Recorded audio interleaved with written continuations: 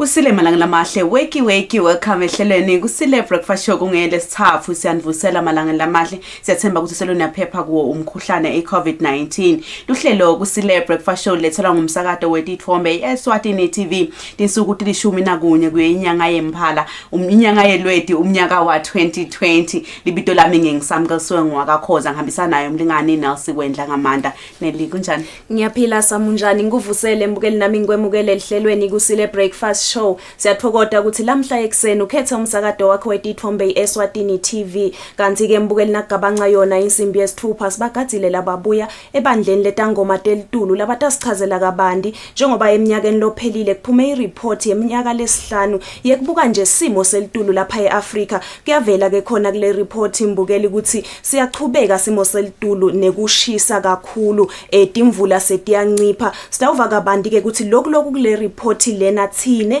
kutas affecta kanjani silive leSwatini batawuphinze basitshele nalokuthi njengoba kulamalanga kushisa kangaka engabe yini le nto kushise kangaka nekuthi kusatochubeka yini samu lokuthi kushise nekuthi sidivikela kanjani thine mhlawumbe kuleli tulu lelisolo khanze ukuthi seliyashisa liyagagabula lishaya nebantu naselidvuma kunjalo nende siyafuna ukuthi libandla lisichazele ukuthi inyalo ikakhulu kade nelibamvu nyalo bebagazethi ngabe sebalimile sithini sesiyashintsha indlela lesesilima ngayo senda njani kulima sidiphilisa ngako nende nangabe imvula sedincipha sokusho ukuthini lokho maybe kufuna basi advise ezwa ukuthi ngitiphekele indlela lesingakhona kusebenzisa ukuze sichubeke sithole ivuno letikahle kanti malanga lamahle nayigaba ngcona insimbi yesikhombisa sibagadzile baka anti venom foundation ngilababuke inyoka lapha evenda seSwatini nyalo sekuyashisa sekusehlobo sitokuvathe ngabe vele ngitivikela kanjani mina inyoka nangiyibona neliba indaba lenkulu abavame ukuyigcizelela ukuthi inyoka nawe ibona ungayibulali into njani ke nase ngiyibonile ngiyadlala ngiyigada yini lokufanele singiyende yini lokufanele singayendi namsambe kunalombuto loyo ukuthi vele nase ngiyibonile sengithi mhlambe seyingene endlini kufanele ukuthi ngiyeluse noma kufanele ukuthi ngende kanjani ngoba ngidawuthi ngiyahamba mhlawumbe bese iyahamba iya kulenye indzawo sethembe sami ukuthi batawusichazela kunjalo malanga lamahle kani 3 minutes past 6 kulesikhathi samanje start itolo nasiya nato tinsabate futhi ecala talosuku Kusile good morning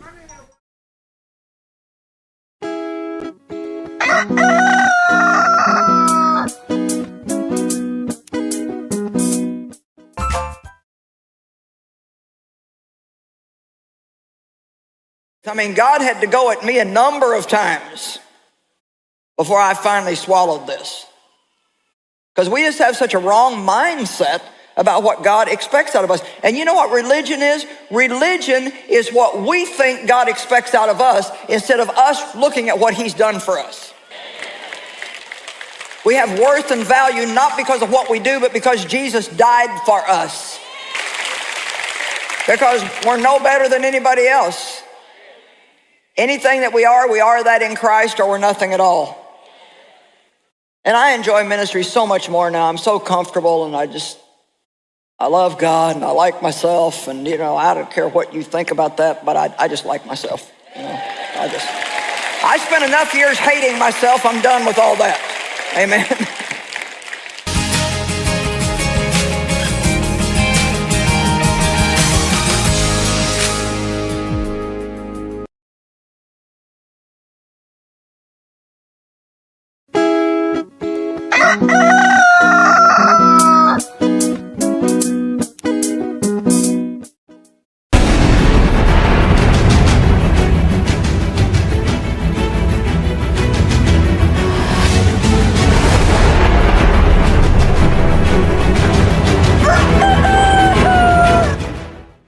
malanga namahle siphinze sinivusele sinemukele tintsabente futhi ecala talosuku sendlethela ngalo lwimi lethu lesiswati libito lami ngingisamkelswe ngwakakhoza umthande ngosi isicalo sokusukumise ngalo kusemthethweni kwakhiwa kwelidladla lebamfana bendlunkulu enkundleni yaseSigwe kanti umsebenzi lo tawubita ngetulu kwa 200,000 emalangeni uncenye yemadladla lamane latawakhiwa inhlangano isicalo foundation etifundzeni takuleli kanti kulomcimbi umfane ngosi unikele ngekudla lokungabita tinkulungwane netinkulungwane emalangeni kubantwana bendlunkulu ngaphansi kwale nkundla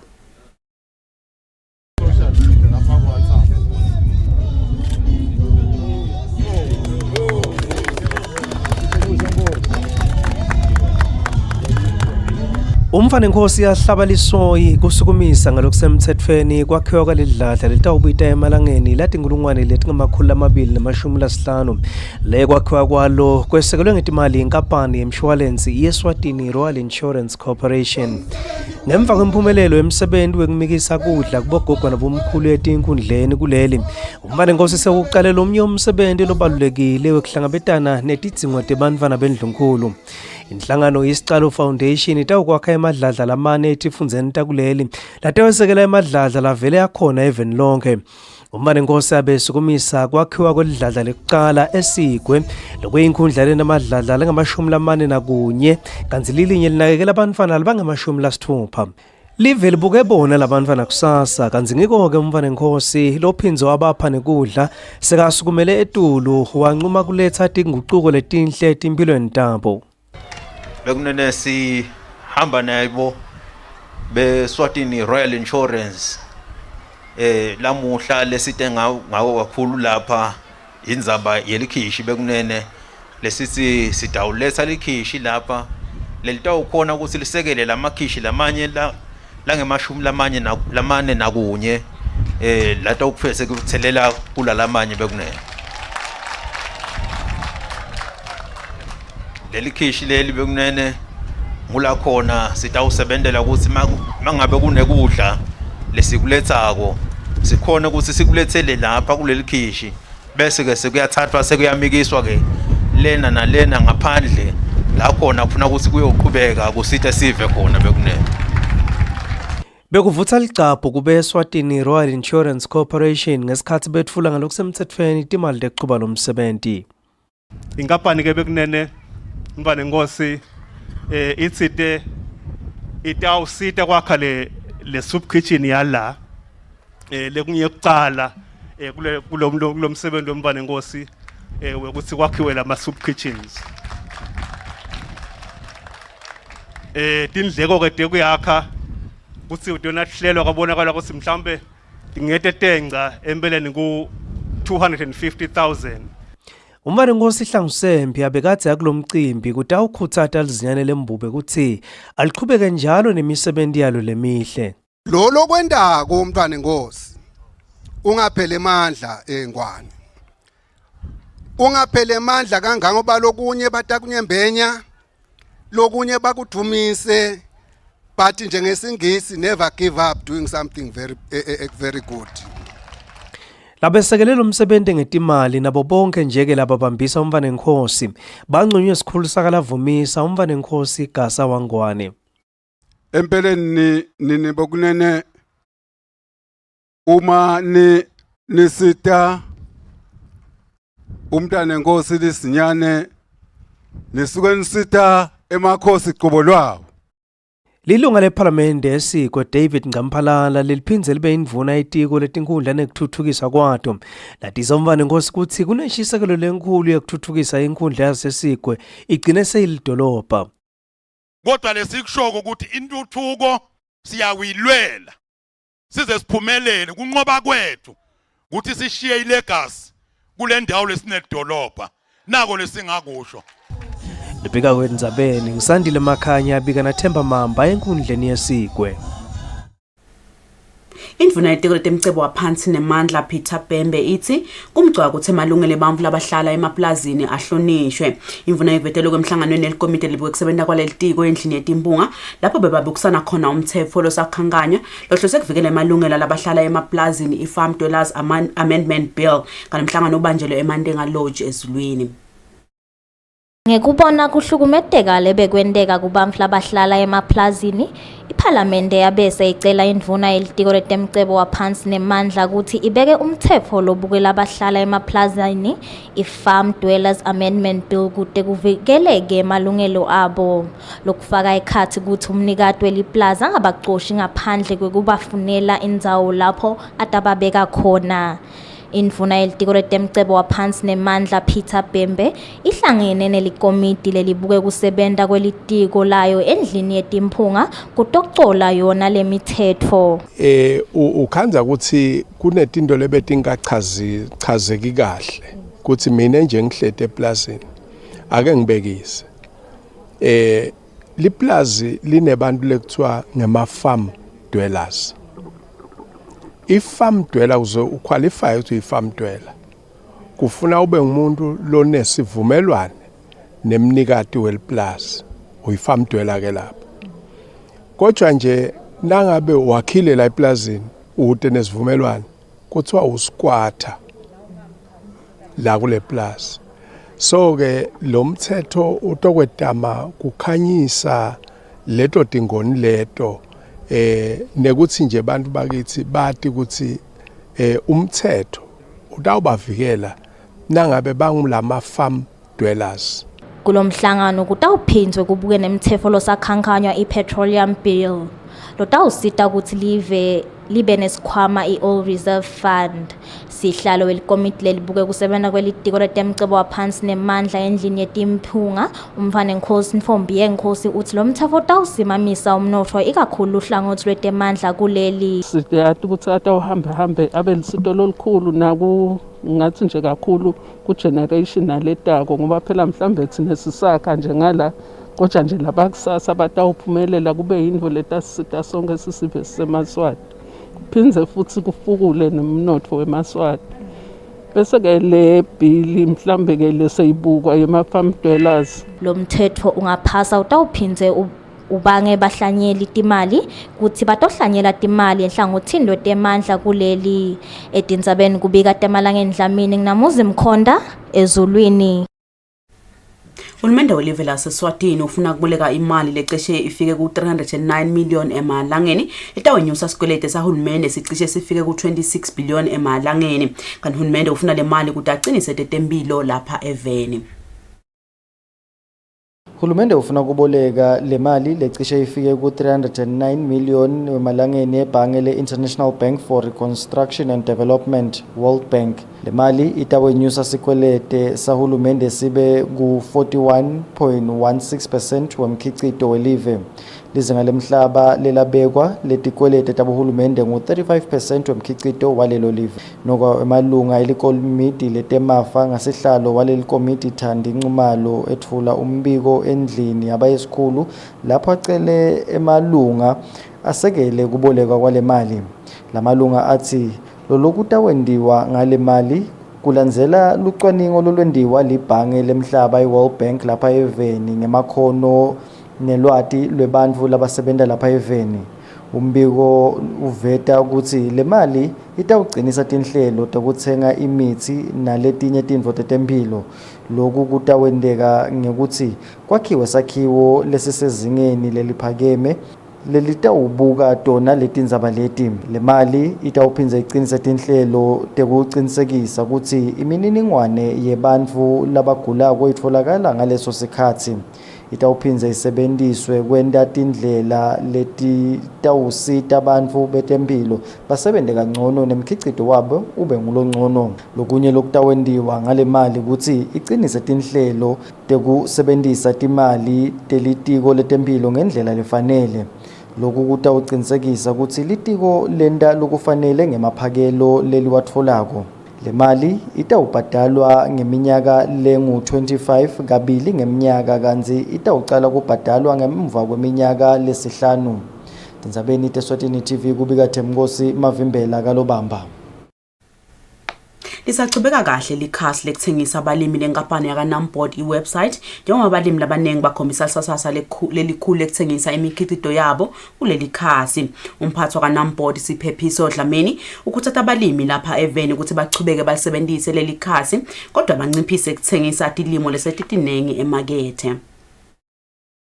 Inkampani yahulumende lithenga iphindze ithengise tibhidwa iNamport yasukumisa likhasi lapho khona abalimi bangathengisa imikhicito yabo mahala.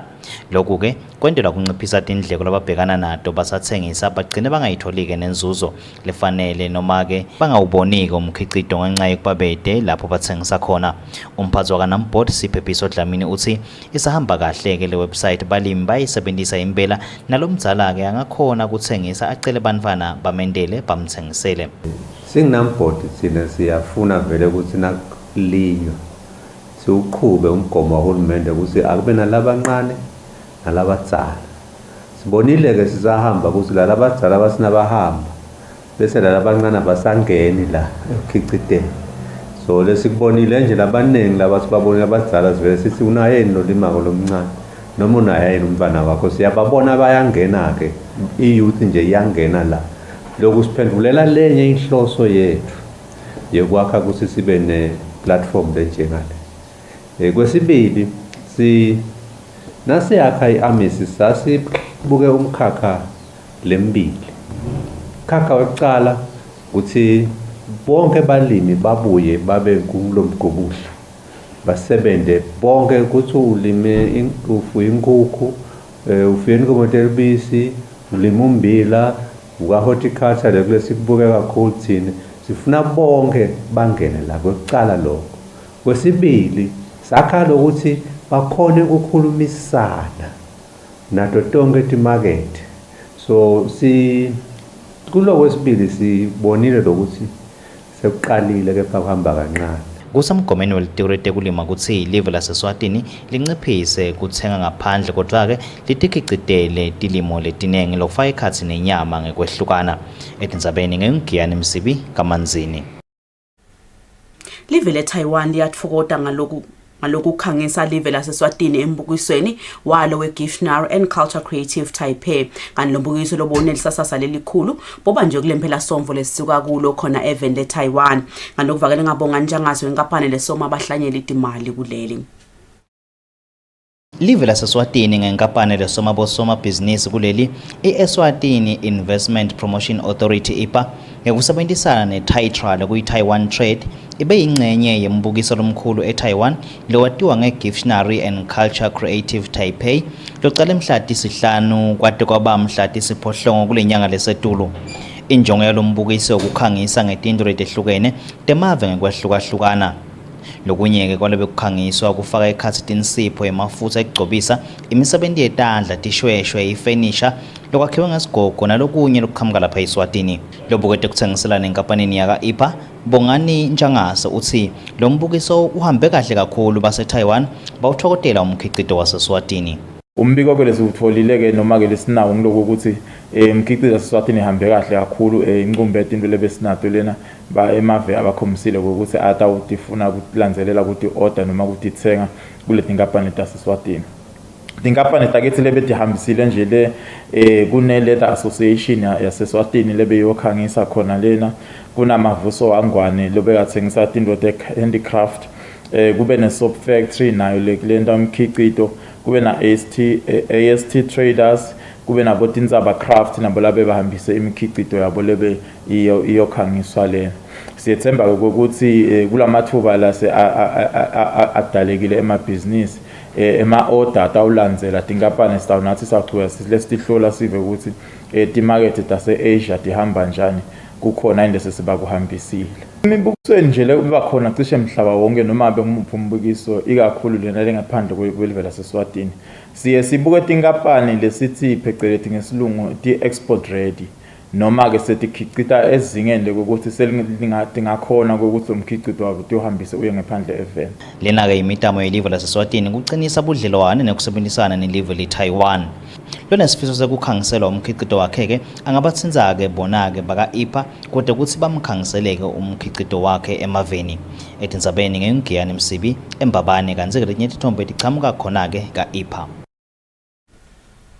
Masipala wedolobha la kuMathapha uthi uyatfokota ngekubhadalwa kwemthelo wamadolobha ema-rates njengoba ukhomba kukhula nawucathaniswa neminyaka imali wanyakenye walo leli dolobha. Kanti okuvakale ngemxhumanisi walo leli dolobha nesive babhekile Dlamini ngesikhathi kudvonswa lababhadele kahle umthelo wabo.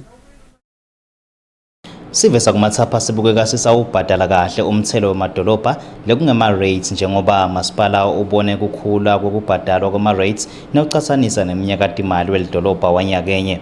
Loxhumanisa leli dolobha nesive babhekile Dlamini uchaza kabanti. Last year nje sikhonile kukoleka 29,407,920. Keja lokube sekusijabulisa kakhulu kule extension lesibenayo between June kuya kulo October this year sikhonile kukoleka 29,781,050. Lokusho ukuthi nje umehluko lokhona sikhonile kukhuphuka noma kukoleka lokungetulu lokucishe kube nge-300,000. Leli dolobha ke lidonse labo lababhadele kahle ema-rates pheceleti i-draw kubahlomelisa ngemihlomelo thide. Normally ke siye sente kokuthi babhadale by June 31st, but ke this time round sibese sesiya-extenda sasesithi asesale babhadala by October 31st ngenxa yokuthi live lonke noma umhlaba wonke bohlasele isifo se-COVID. Bese athi-ke ukuthi-ke umnotho noma itimali noma labanye ba-affectekile emisebentini yabo, keja besingafuni ngokuthi ibengce lo mncintiswane lo basita ukuthi bakhuthateke ukuthi babhadale ema-rates abo. Siyati-ke ukuthi leti mali letikolekwa kodwa ema-rates ngito letisita kuthuthukisa lidolobha. Uyabona nje siyakhona kufaka emalambu, siyakhona kulungisa imigwaco, siyakhona ngisho ukubutha tibi ngato leti mali leti labatibhadalako. So kusijabulisile nje kubona ukuthi bakhona lababhadalile. Kulo mncintiswane ke besibaniketa ama-prices lamaningi. Siyajabula ukuthi kule draw lebeyikhona sikhonile nje kuwinisa noma kufomelisa labangu-24 bema-ratepayers. Amadolobha lamaningi abhekene nensayayo kungabhadaleki kahle-ke kwawo-ke ema-rates lekungumthelo kwamadolobha. Kodwa-ke lidolobha lakuMatsapa lona-ke liyajabula ngoba bakhonile-ke ukuthi labahlala edolobheni babhadale. Kanti-ke leyo mithelo idlala indima lenkulu ekutheni amadolobha athuthuke aphinze akhone kwenta imisebenzi yawo edolobheni lesingathi yi-service delivery. Kanti-ke lawo ma-rates adlala indima lenkulu nekuthi live lithuthuke. Edinzabeni ngengiyani Msibi kuMatsapa. Inhlangano yengungu yemathemba iswaga ithi tawenda konke lokusemandleni kulwa nemacala ebantfu labahlukubetekako lapha eveni. Kanokuvete ngilobuketa inhlelo letibuke kulwa nekuhlukubeta kwebantfu emimangweni igcinile kumbi. Lizinga lekuhlukubetana kwesive emakhaya liyachubeka nekwenyuka njengoba ivela njalo imibiko yokuhlukubetana. Inhlangano yengungu yemathemba iswaga iyachubeka nekuqinisa tinhlelo letibuke ukucetsa kuhlukubeteka kwebantfu lapha eveni. Le nhlangano ihlangene netinhlangothi letingaphansi kwayo nalabo labasebenzisana nabo kutawukhuluma kabanti ngetindlela labangatenda kugwema kuhlukubeteka kusita laba labangadzinga lusito nalokunye. Lobuko lelihlelo gcinile kumbi uthi batimisele ngekucinisekisa ukuthi tindzaba tekuhlukubeteka tebantfu besifazane kanye nebantfu labadvuna buyaphela. Singiswaga sine-study lesicale kusenda se-intimate partner violence. Sitawati phela ukuthi tindzaba tekuhlukumeteka tenyuka kakhulu kulamalanga. Esikhatsini lesiningi ukhanze ukuthi bantfu labavanako. So Singisiwaga-ke sisicale kwenta study lapho sifuna kubona khona ukuthi ngabe imbangela yaloko kuye kube yini. Namuhla-ke sitawenda nje sikhulumisa yona-ke le-intimate partner violence survey lesiyicalile netinkundla lesiyendela phasi kwato la Eswatini. Bese phindze kunye lesitakwenda kukhulumisa tindzaba the children on the move. Nyalo yi-lockdown bantfwana incumbi sebasukile emakhaya sebaye kubogogo labanye sebayohlala kubomalume. Kuyasidramatisa kakhulu ukuthi sikhuluma kangaka sivakashele etikolweni emimangweni emakhaya kepha lizinga lekuhlukumetana solo liya ngekwenyuka.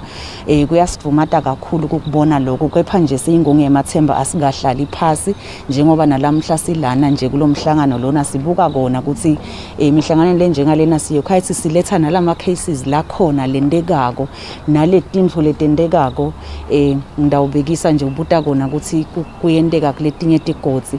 Uyokhanze ukuthi ke masibona ukuthi lelizinga lekuhlukumetana kuletigotsi lesigotsi lesi sengilapho-ke sesibheka khona siyokhulumisa tindzaba letinjengaleto kwekhuta nje eziveni ukuthi ngabe kahle kahle eMaswatini isele kuphi. Ngeminyaka wa-2016 inhlangano yakamhlaba yabita emave onke emhlaba ukuthi acinise imithetho lehlose kulwa nekuhlukubeteka kwebantfu bonke ngetindlela letehlukene. Etindzabeni kubikade emalangeni Dlamini namuzi Mkhonda emafini.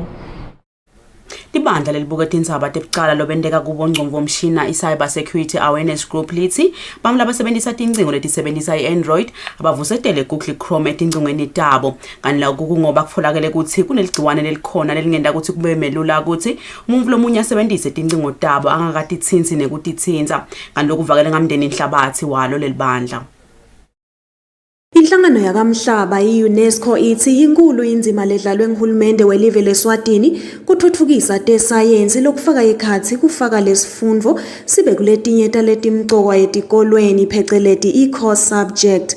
Nelisiwe Ndwandwe lobuketa inhlelo kule nhlangano uthi nanome kunjalo kusekhona tinsayeya letisekhona ekuthuthukiseni lesifundvo. Kukhona le resistance, kukhona lokungafuni kwemukela letimvo letinsha ukuthi hayibo angeke phela i-online learning ngake ngafunza njani nje ungafunza njani nje tishela angekho emva kwakho embi kwakho ungafunza njani. So the biggest challenge is the society ukuthi i-embrace the innovation nekwekuthi ke sibatali kunala challenge ukuthi emakhaya sinala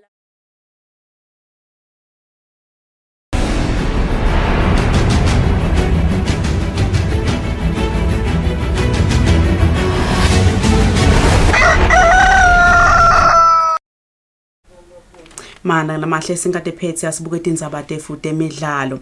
Umdlalo likhethelo lesihlangu semnikati Felix Bedinghouse uthi indlela abatilungisele ngayo basalungiselela umdlalo wabo nelikhethelo lelive leCongo banika lithemba ukuthi batawukhona kuphumelela kulomdlalo.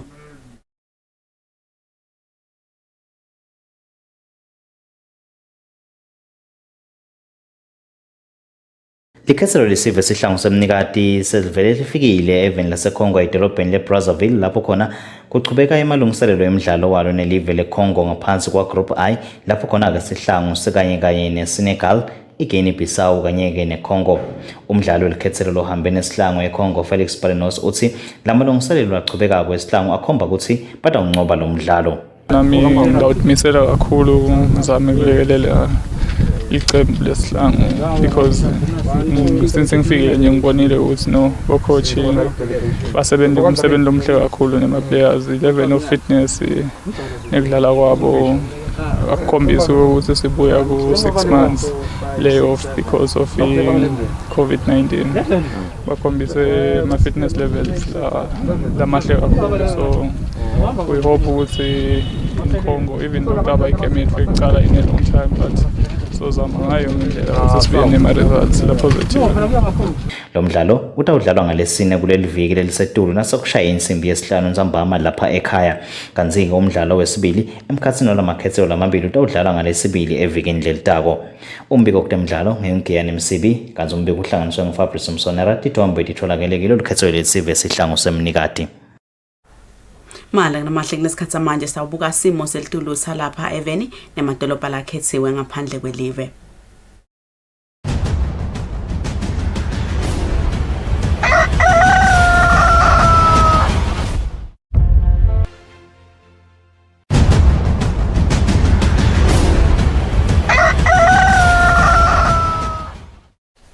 Mana namahle sifika kanjalo kwemapheselweni ade utindzaba tefu lebetecala kulolu suku lalomuhla sindethela ngalo lwimi lethu lesiswati. Kanti ke maswati lamahle kulesikhathi sitawubuka sona simo semkhuhlane iCovid-19 lapha eveni njengoba yachubeka ema cases awo lomkhuhlane nekukhula siyabona samthandi ke sabona ukuthi kamanzini kude icase yalomkhuhlane letholakele lokusho ukuthi mhlambe letinye tifunza nato sekumele ticale ke nyalo ukuthi titinake tichubeke nekutinaka ngoba sive semaswati simlalele uhulumende impela kulomkhuhlane noma kushisa kangaka uyabona ukuthi solo bayativikela bafaka emask ngaso sonke isikhathi.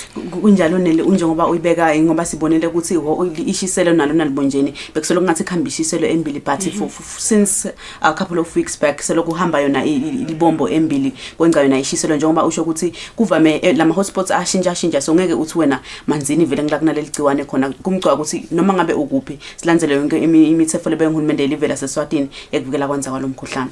Siyethemba nje samusibonile emaveni mhlambe livele America lapho khona kubonakala ukuthi inkampani eFiza seyikhona lokungathi lokulikhambi lekuthola kwalomkhuhlane esamlokuvuthwa ko siyethemba ukuthi silivele eSwatini sitawulandzelela sibuke ukuthi ngabe singasedakala kanjani. Kunjalo malanga namahle nasibuka elangeni layitolo indvuna yetempilo efulile ukuthi ifole wona umphumela results labuyile ke elangeni layitolo athi 469 kwase kuthi labang11 babo batholakala ukuthi banawo lomkhuhlane itotal yefuse ethi 6024 aneli siyabona ukuthi njengoba besisho ukuthi bese lo sibuka maybe bamvula abasihlanu bamvula abasithupha bamnje labangaphansi kwelishumi kepha kulamalanga bangedulu kwelishumi. Sithemba ukuthi simaswati sitawuqhubeka sidinake ngoba noma ngabe tidincane leti nombolo sihlale sisho ukuthi uhulumende welive leSwatini uthi akube bede umuntu lotholakala nemkhuhlane iCovid-19 lapha even kanti ke mbukeli nasibuka ngeminyaka 0 to 9 years akutholakala emunye umuntu eshiselweni lona lomkhuhlane lubombo namanzini kude umflo tholakele nalomkhuhlane uyabona ukuthi mbukeli kamanzini lapho khona kuhlala kunebamfula bana lomkhuhlane phandle kwakuthandi kude labatholakale nalomkhuhlane 10 to 19 kude lotholakale nalomkhuhlane kudotonke tifunza 20 to 29 tholakala emunye lonetimpawu letiphansi elibombo kwase kuthi babili batholakala eshiselweni babe bathathu abantu labatholakale lomkhuhlane 30 to 39 kutholakala emunye kamanzini lobe anetimpawu letiphansi 40 to 49 kwatholakala babili elubonjeni labanetimpawu letiphansi kwase kuthi munye watholakala eshiselweni bathathu abantu labatholakale nalomkhuhlane. Kunjalo nele elangeni nalomuhla siyabona ukuthi kuvela tifunza letintsaphu kuphela ihoyena akekho nalokuthi sibuka simo sinye sibuka abantu labanetimpawu letiphansi njengoba ku50 to 59 kufolakala emunye umuntu ufolakala esifunzeni selubonjeni njengoba sisho malanga lamahle ngilabo labanetimpawu letiphansi 60 to 69 kutholakala babili munye ufolakala kamanzini munye wafolakala esifunzeni saseshiselweni so letimpawu letiphansi 70 to 79 kude lofolakele 80 plus nakhona kude lotfolakele. Kuyajabulisa sami ukona mbukeli kubona ukuthi leti nombolo dwena tiyehla tala bamfu labatfolakala nalomkhuhlane kepha ke lokunye lo sekuba inkinga ukuthi mhlawumbe sekuyashintsha lokuthi nyalo sebatfolakala kuphi kakhulu. Nasibuka nje bamfu labalashaya lomkhuhlane lapha even at this moment bang 159 lesebaluleme bathi 5737 lesebashile emhlabeni kude kube manje ngawo lomkhuhlane bang 117 lababhalisele kuyonakekelwa bang 11 and then itotal yefu ithi 6024. Kuyabonakala samu kusede bantu labashiya ko emhlabeni kude bantu labashiya ko emhlabeni sesikhashana nje solo singakuboni lokho kanti siyabona naleli nani lebantu lababhalisela kuyonakekelwa nalo liyehla kakhulu siyabona ukuthi ama cases bantu labalulamako kulomkhuhlane liyakhula lokusho ukuthi uhulumende welive leSwatini abambisene naso sive semaswati uyasebenza impela.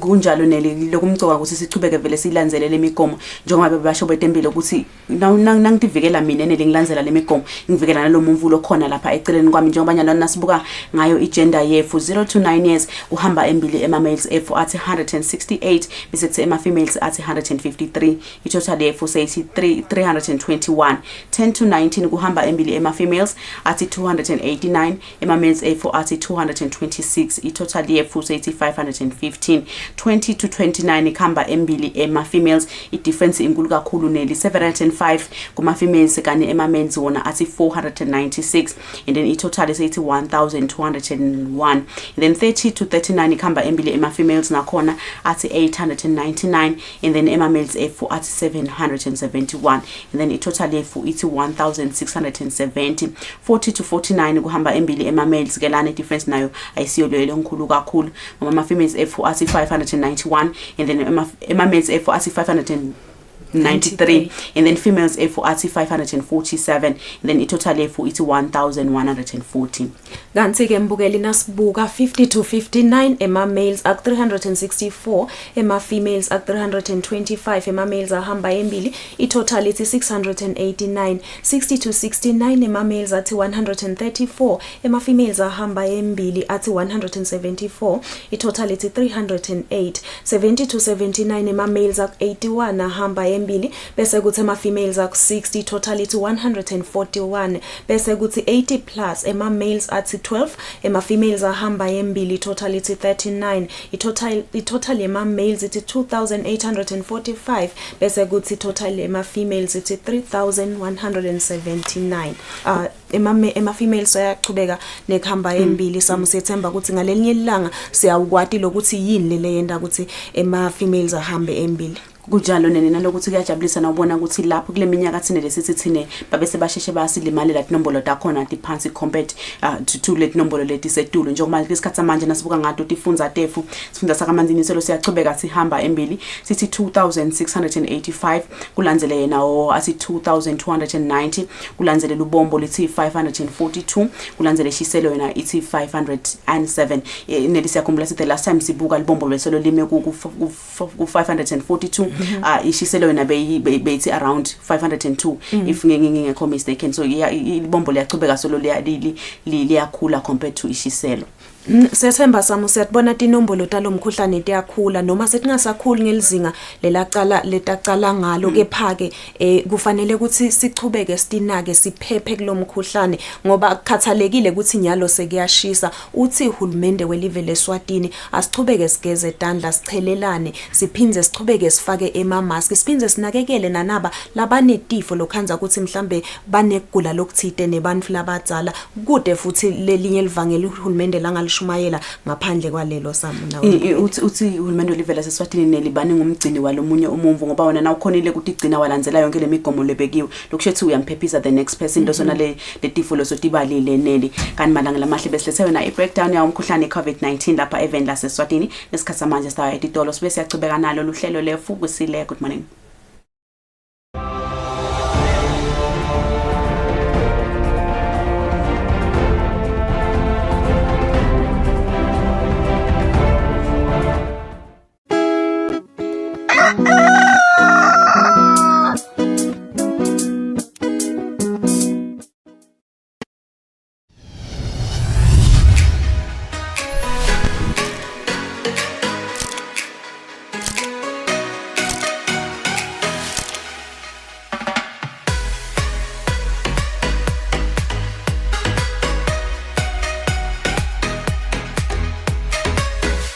Watch the brightest talent search in the land on Eswatini TV every Sunday at 5 p.m. The Spotlight. Put me on.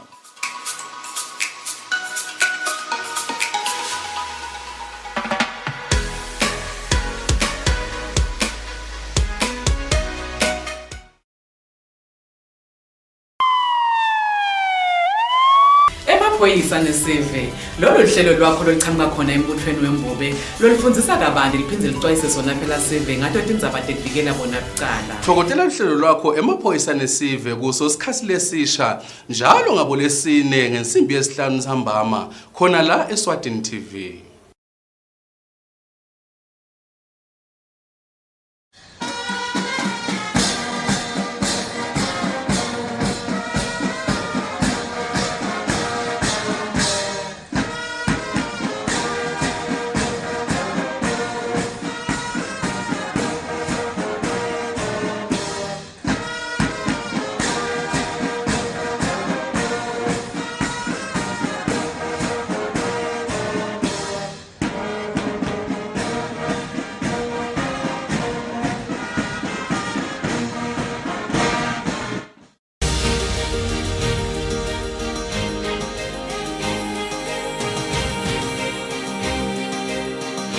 The change in technology, out-of-home digital media is designed to grab the attention of people who are always on the go.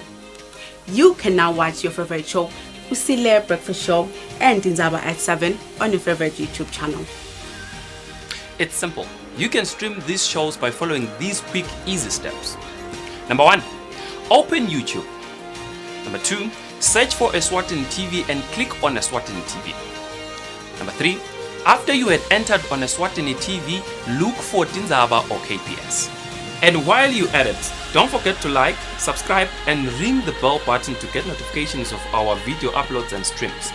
And lastly, enjoy the stream. Stay home and watch Eswatini TV. Stay safe.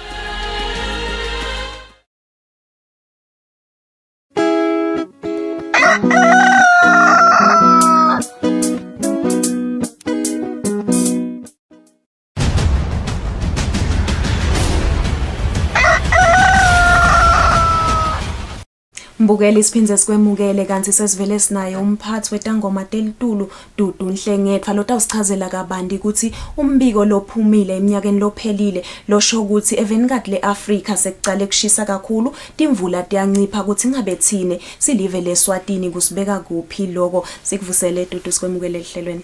Sibonge Nelisiwe sivusele nasesiveni. Yebo uphumile umbiko welivekadi leAfrika kule nyanga yemphala lobuka ukuthi ngabe simo selitulu eminyakeni wa 2019 sihambe njani eAfrika utshengisa kona ukuthi emazinga ekushisa asolonjalo aye ngekukhula and umnyaka wa 2019 nasibuka on average ube wesithathu ube kuleyo lemithathu leshise kakhulu solo kwaqalwa kubukwa tindzaba simo selitulu awukhombilo kokuphela uphinze ukhombane ukuthi netimvula sibone timfo letihlukene tenteka evenikatini leAfrika tindzawo letinye sabona timvula letingephansi kwaleto letitayelekile kepha letinye sabona leto letingetulu ikakhulu indzawo lengasempumalanga lesenhla neAfrika kubonakele timvula letinengi kakhulu and nakulomnyaka wa 2020 siyadibona solo tiyachubeka kuba netikhukhula lokukhomba kona nje ukuthi indzaba yokuguquguquka kwesimo selitulu angeke sibe lokho solo siyibukela khashane seyikhona and ke sibuka livekadi leAfrika asiyiboni phelela lapho lenzaba siyabona nala even letfu leMaswati nasibuka timvula kulomnyaka wa 2019 atikabi ngilete ehluke kakhulu kangako kuleto letayelekile kodwa nje tithi kuba ngaphansanyana kancane kodwa uma sicategorize athine sicategorize sadibeka kulo normal ngoba phela lo normal uba sigaba lesithite kodwa nje ke nasibuka la kule average number babe kunephansanyana kancane. Kepha ke akusiko lokho kuphela lokusikhinyabetako thina kuphinze kube ngile distribution ukuthi ngabe letimvula tethu dihamba kanjani ngedigaba livele eMaswati ke livele lelisime kakhulu enzabeni yetekulima and balimi bethu labanengi balima ngekuthi vele line lelitulu abanengi babo abaniseli bakhona kona labo labaniselako enkakhulu ngilama big farmers labanengi vele balima ngalemvula so le distribution nase ikabi kuyalikhinyabeta livele eMaswati sibone kakhulu inyanga yemphala kule nyaka lophelile sabona kweselakele nje mbamba litulu cishe inyanga yonke kwabakhinyabeta eMaswati so vele indzaba yesimo selitulu angeke siyibaleke ukuguquka kwayo sekuyasithinza silivele eMaswati kakhulu. Usayiteka anje Dudu indzaba yokuthi vele ngeke sibalekele nanoma thine kungasishayi kangako kepha nakusishayile lengifuna kuva ukuthi ngeminyaka wa 2015 kwaba nesomiso lesikhulu lapha even sabona kufata inkhomo sabona mhlambe labo labalimile balahlekelwa ngiloko labakulimile engabe nilibandla lelibukele simo selitulu lapha even surveillance system ngiboleke nje singisini surveillance systems enu eme kanjani ukuthi phela nikhone ukuthi sekunanaku mhlambe sekutakushisa lokukhulu eMaswati asheshe akhone kwadi ukuthi ngabe kufanele ukuthi ende kanjani. Ama-surveillance system ethu akhona kodwa ayadzinga kuqiniswa nangingabuyela nje kulombiko weAfrika ukhona lapho ukhomba khona ukuthi indzaba yema observations enzabeni yesimo selitulu ibe ngilekhulako yakhula but kwathina kufika kuma 90s dabese le dinombolo talama observations sediphinze decala kuncipha nathi nje sikubonile kusithinta lokho kuhambane ukuthi ukhanze ukuthi labo bonzumbulwane bekuchubeka umaintain kahle lama systems mhlawumbe abasihambeli kahle ezisibona nesimo seeconomy kepha ke ngisho lokho kukhona lesikwentako kuzama kubuyisa lesimo esimeni ngekusetwadenini leti sitako sibhekile ukuthi kulomnyaka nalotako sitawuchubeka sengetangete teteshitethu and then also live i-region yaSADC iyasebenta nje for the region yonke ku improve kenyalo lama forecasting systems lakata kwenda lo ukuthi kube kuthuthuke indlela lesikhona kukhipha ngayo le information ekusene sikhashanyana ukuthi nginakule kutakwenteka sibhekile ukuthi kuba kulomnyaka lotako nakhona ayisesidiliwe ngilo ukuthi ngalesimo sa COVID kube netimfo leti bese sethi sihambela kancane, but siyethemba ukuthi sitawube sesicala ke siyaye sithi siyayitraina isystem yethu ngoba kufuna bese sesicala siyayibona ukuthi vele isiniketa lokungiko yini nakungasiko sithinthane nabo chwephesha kucolwe kahle kuze kusinikete lokungiko sosibhekile ukuthi kule minyaka naletako sitawube sesikhona kuniketa simo ngendlela lesethe kuthuthuka ikakhulu kade nasikhuluma ngalo seasonal forecast kanti nakulawa lamanye ama forecast.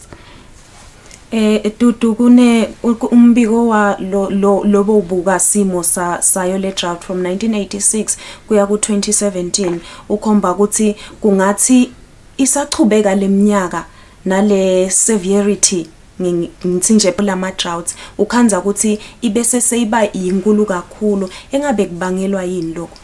Kusho ukuthi nje vele akusuko lama droughts kuphela uma sikhuluma ngendzaba yokuguquka kwesimo selitulu sikhanza ukuthi noma sibuka nje kubheka embili senta ema projections sikhanza ukuthi it's not only the frequency, it's also the severity of lama events leleya ngekugcina noma sikhuluma ngema droughts noma sikhuluma ngemazinga ekushisa ukhanza ukuthi kancane sekehlile kancane sekenyukile sekenyuke kakhulu so le severity nale frequency iyange kukhula lokho vele nguloku uhamba nalo kuguquka kwesimo selitulu le mhlawumbe as kuya ngekushisa kakhulu because lenzaba yekwengeteka kwengubo yemhlaba lekungilama greenhouse gases la kasibangela lokushisa ibanga lo ukuthi lokushisa kwenyuke and as kwenyuka lokushisa lokubese sekuyente kabi setonke letinye timfo setiyashintsha and nathi shintsha njengaloku ngishido ukuthi even though sinesikhuluma ngema droughts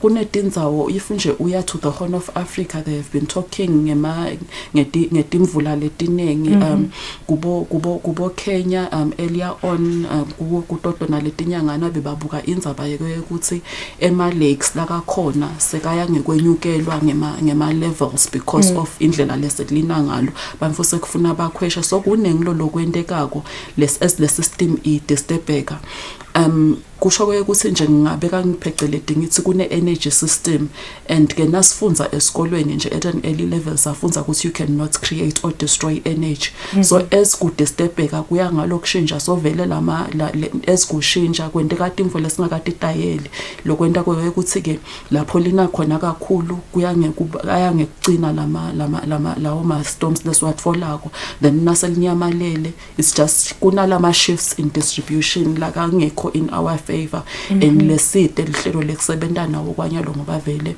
the systems akawajwayele.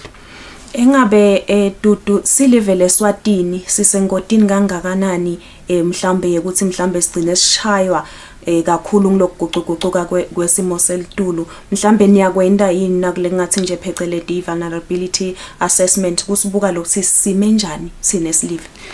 Ingodi sikhona kuyo and ama vulnerability assessments siyawenda kusho ukuthi nje kamhlahlangene kunemapoti lekufanele siwakhiphe solo sacala kwakhipha sesiwakhiphe kathathu sesisebenta yesine nyalo and afaka ekhathi na le vulnerability assessment siyasingasebenzi sodvana ke siyayesibukisana nalamanye ematiko ukuthi kwente kanjani and nyalo vele sizama nalokukhulisa le involvement so that lamapoti lesiwakhiphako angabi nje amapoti la kamhlahlangene kofa abe mapoti la kakhona kokusita silive le vulnerability siyayibona ikhona and ke asigcini ke ngalokubuka le vulnerability nyalo nje sisebenta ukuthi sibuke le vulnerability siphindze sibukisane naloko ukuthi yini ke lesingabe sesiyakwenda nasikwenda lokho sinyalo sesizama ukucinisa inhlelo de ukuthi sithina sesikuhlelile ukuthi yini lesingakwenda bese siphindze sihlela ukuthi singakwenda kanjani because sibonile phambilini ukuthi lokuhlela ukuthi yini lengakwenda uyahlela bese kuba likhuni nalokubeka ema monitoring systems ukuthi ukwendile yini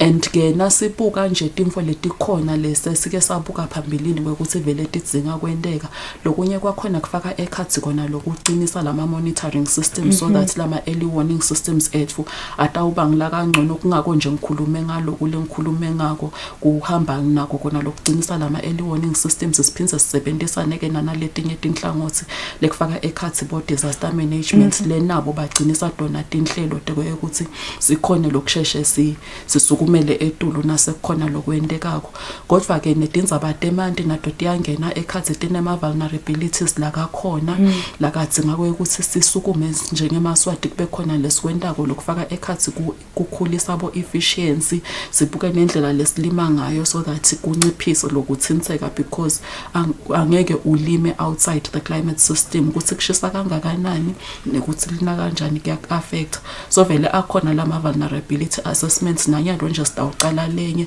lesitawusina siphumile siphinze sibuye sitotshela emaswati sisitholana.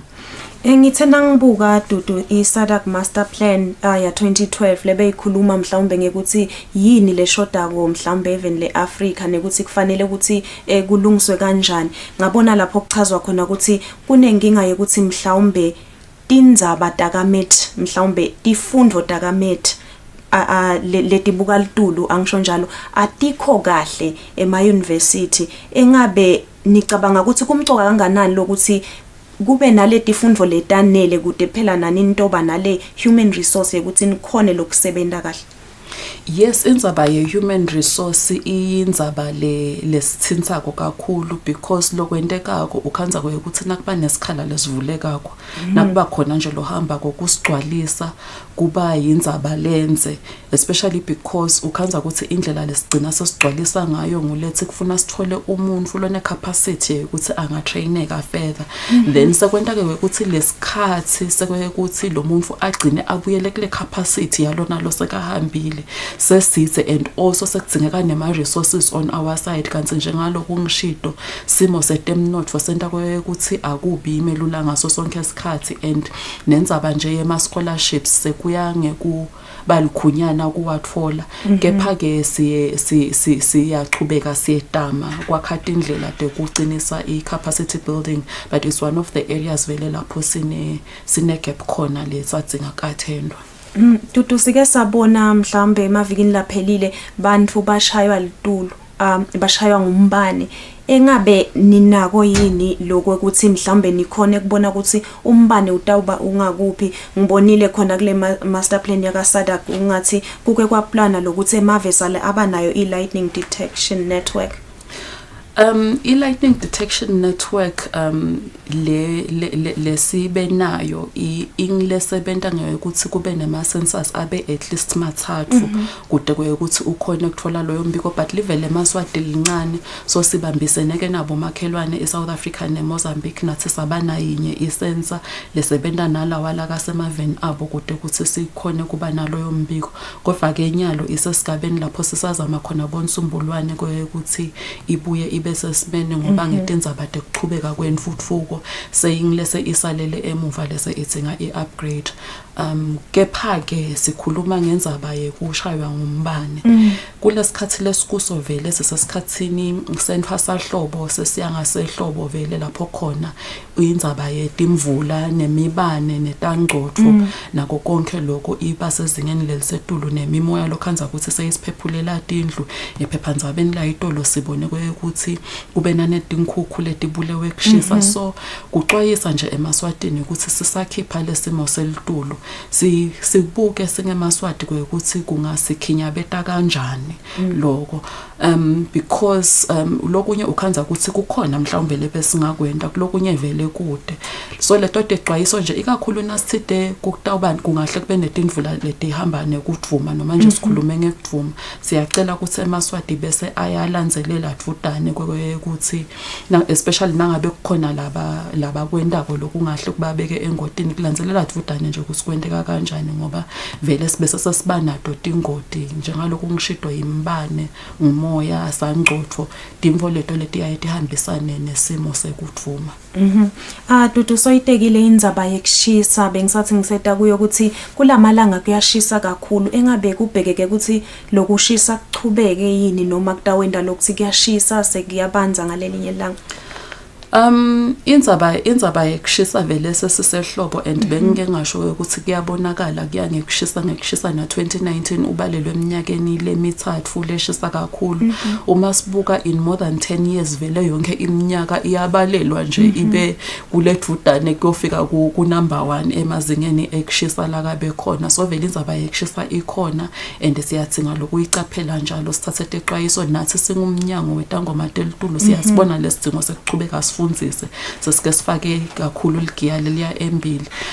Emazinga ekushisa sibhekile ukuthi kutawuchubeka kushise kepha ke litawuhlele siphumuta. Siyabona nje kulamalanganyana kuhle kushaya umoya kuphindze kwenyuke futhi lelo zinga lekushisa sibheke nje simo lesinjalo lekwenta ukuthi ukhanze ukuthi kuthi nase kubuya ke lokho letoti imvula lethi bese tiyasiphotisa kulesinye isikhathi bese setita ke nalamandla lakaphinza sibangele ubungoti. So kufuna siqale sicaphele singemaswati. Ngithena ngibuka ipolicy yenu Dudu ngabona ukuthi kukhona lapho nikhuluma kakhulu khona ngekuthi bomake kufanele ukuthi babuke lokuthi etindzabeni tekugucugucuka kwesimo selitulu bona bemi kanjani nekuthi kubakhinya beta kanjani. Sesitawuhamba nje ngabe kumcoka kanganani ukuthi bomake nibakhulumise ngaleti ndzaba. Kumcoka kakhulu and kuyinfo mhlawumbe leke yacisha yasalela emuva kodwa nje ke sicalile nakuleli viki leliphelile sakhuluma netinhlangano letibuka tendzaba tegender. Kumcoka kakhulu ngesizathu sekwe ukuthi I society yethu indlela lengiyo is such that vele sinema roles and responsibilities like ehlukile lesiwadlalako in the society and lokho kwenta ukuthi indlela lesikhinya beteka ngayo ukhanze ukuthi ayisafanani soboma ke kuyadzingeka lo ukuthi kube netimfo labaticonzako ukuthi kusimo selitulu nasigucuka nje kungenzeka lapho akha khona emandi angasawathola sekufuna ahambe indlela lenze kuyofika kuyothola emandi and lokho sekumuca isikhathi sekuthi kumele apheke liyashisa nje kufuna abhekane nelitiko so kufuna ukuthi bese sesiyabuka ukuthi ngabe ngitiphi indlela labangadisebenzisa kude ukuthi bakhone kumelana ngcono nalesimo selitulu lesigucukako. So kumcoka kakhulu ukuthi sikubuke lokho futhi banakekela nemindeni nase bagula nje bamfana ukuthi lishise kakhulu kuvama kubese sekuba inkonzo yamake. So vele ngumsebenzi nawo lesicalile ukuthi kumele sisebenzisane nalabe gender kude ukuthi sibe kanye nathi sifunze timfo mhlawumbe lesitawu bese sesiyakhona kuxwayisa kude ukuthi ngoba lokho kuthinta bomake even though akusho ukuthi lelenye igender kufunisa lele emuva nayo nakunama special cases khona kufuna sichubeke sibabukele. Sibonge kakhulu Dudu kuba nathi ehlelweni. Thank you very much. Maswati lamahle njengoba sentivele ukuthi isimo selitulu siyagucugucuka lokumcoka ke ukuthi njengoba sekusehlobo sichubeke nekutivikela sente siqiniseko sekuthi asibese sesishaywa nguwo umbane. Maswati lamahle kulesikhathi sawuya sibuke simo semgwaco lapha eveni sawuya netindzaba desibili telusuku.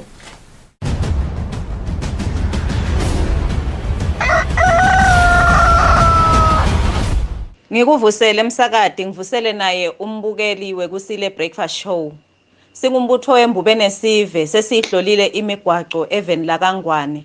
Siyabona ke etindzaweni letiphakeme kunetinkhungu letikhansa phansi. Siyakhuthata nje sive sisahamba khona la kunetinkhungu khona ukuthi sikhanyise emalambu lamakhulu kuze ukuthi sibonane nalabanye bashayeli. Kanti ke nemigwaco yelive imanti cishe yonkhana. Siyakhuthata nje nakhona lapho sive senkosi kwekuthi asinciphise litubane kwatise phela ukuthi imigwaco leminingi iyashelela. Kanti ke ngoba sathi ukuthi imigwaco leminingi inato tigodzi letikhona ekhathi emigwacweni leli nalitulu kulukhuni ngalesinye isikhathi kubona leyo migodzi noma ke lawo ma potholes lokwenda kwekuthi umuntu agcine angene khona emigodzini lokungenda kwekuthi agcine alinyelelelwe ngiyo imoto yakhe. Madolobha lamakhulu nemigwaco lemkhulu yelive kuhloliwe. Sicale ngalo dolobha laseMbabane tibane temgwaco tiyasebenta tonke ngalokufanele. Kanzi ke nemigwaco lesekhathi edolobheni iyahambeka kude sikhinya bedo lesikhona. Umgwaco losuka khona ehekenda sengwenya ubheke khona kamanzini lapha kumalagwane ngendasi nje kancane kwale cooling station noma keke la kuma khona emaphoyisa kulelo ligogogo lelo kuneloli lefele lapho ngendasi lephazamisa dona timoto letichamuka khona edolobheni eMbabane tingenela wona umgwaco lomkhulu lobheka ngakhona kamanzini. sithi nje khona lapho sive asinakisise sisashayela khona lapho kanti ke nawo umbutho wembube ukhona lapho kulekelela sona sive sisasebenzisa loyo mgwaqo lidolobha la kumathapha tiba netemgwaqo tiyasebenta tonke emalangeni lamahle kanti nayo imigwaqo lekhona lapho iyahambeka kude sikhinyabedo lesikhona kamanzini tiba netemgwaqo letilapha ka KFC atisebenti malangeni lamahle tiveta umbala lomnyama la kuhlangana khona Ngwane Street na Lone Street sithi nje sive lapho asidedelane lofike ekuqala ahambe ekuqala kuze sigweme kwenteka kwadoti ingodi lubombo luhloliwe nalo imigwaqo yakhona elibonjeni siyabona iyashelela kepha nje singathanza kusixwayisa kakhulu sive ngemigwaqo losuka lapha eMpaka uya lapha kuMalinza Highway lapha emfela futhi umgwaqo lapho ushelela kakhulu lamuhla amalangeni lamahle sithi nje sive sisahamba kuleso sigajana lesifisha leso semgwaqo asinciphise litubane nasesengcileke lapho bese ke sengikhani itimoto tikhululeka kancane ishiselo nayo ihloliwe umgwaqo losuka khona emhlaleni bheka khona eKahlathi lapha eNyanyali kunetinkomo lapho letigadziwe kwathi sephela ukuthi tiwela wona umgwaqo tiyakhona ngasemadibhini sithi nje sive sisashayela khona lapho kulomgwaqo long MR9 asicaphelisise enhlangano noma ke ishiselo nayo ihloliwe umgwaqo losuka khona enhlangano bheke gege umgwaqo long MR13 lapha endlotane emfuleni na ukhuphuka nje lapha emfuleni ubheka ngakhona kugege kuneloli lapho lefele khona ekhathi emgwaqweni kanzi umgwaqo uyanyukela futhi unesibovu lelina ke kuyashelela kunebulukhuni ukuthi timotolo letincane tiwitengce lapho kepha nje ke tiyakhona kanzi ke letinkhulu tona vele atikhoni kwenza simo ke sisebukiwe khona lapho kuyalungiswa ukuthi umgwaqo ugcine uvulekile sive nje sakhona lapho enhlangano na khona kugege lesisebenzisa lo mgwaqo siyaqapheliswa kakhulu ngaleyo loli levimbe loyo mgwaqo ngale kwaloko msakati naye umbukeli wekusile breakfast show imigwaqo elive iyahambeka kude lokungakanani lokungamvimba umshayeli ukuthi asebenzise yona imigwaqo elive kungaba nje ukufisela lusuku loluhle naye umlaleli umbukeli nisetawusebenzisa yona imigwaqo elive siyabonga.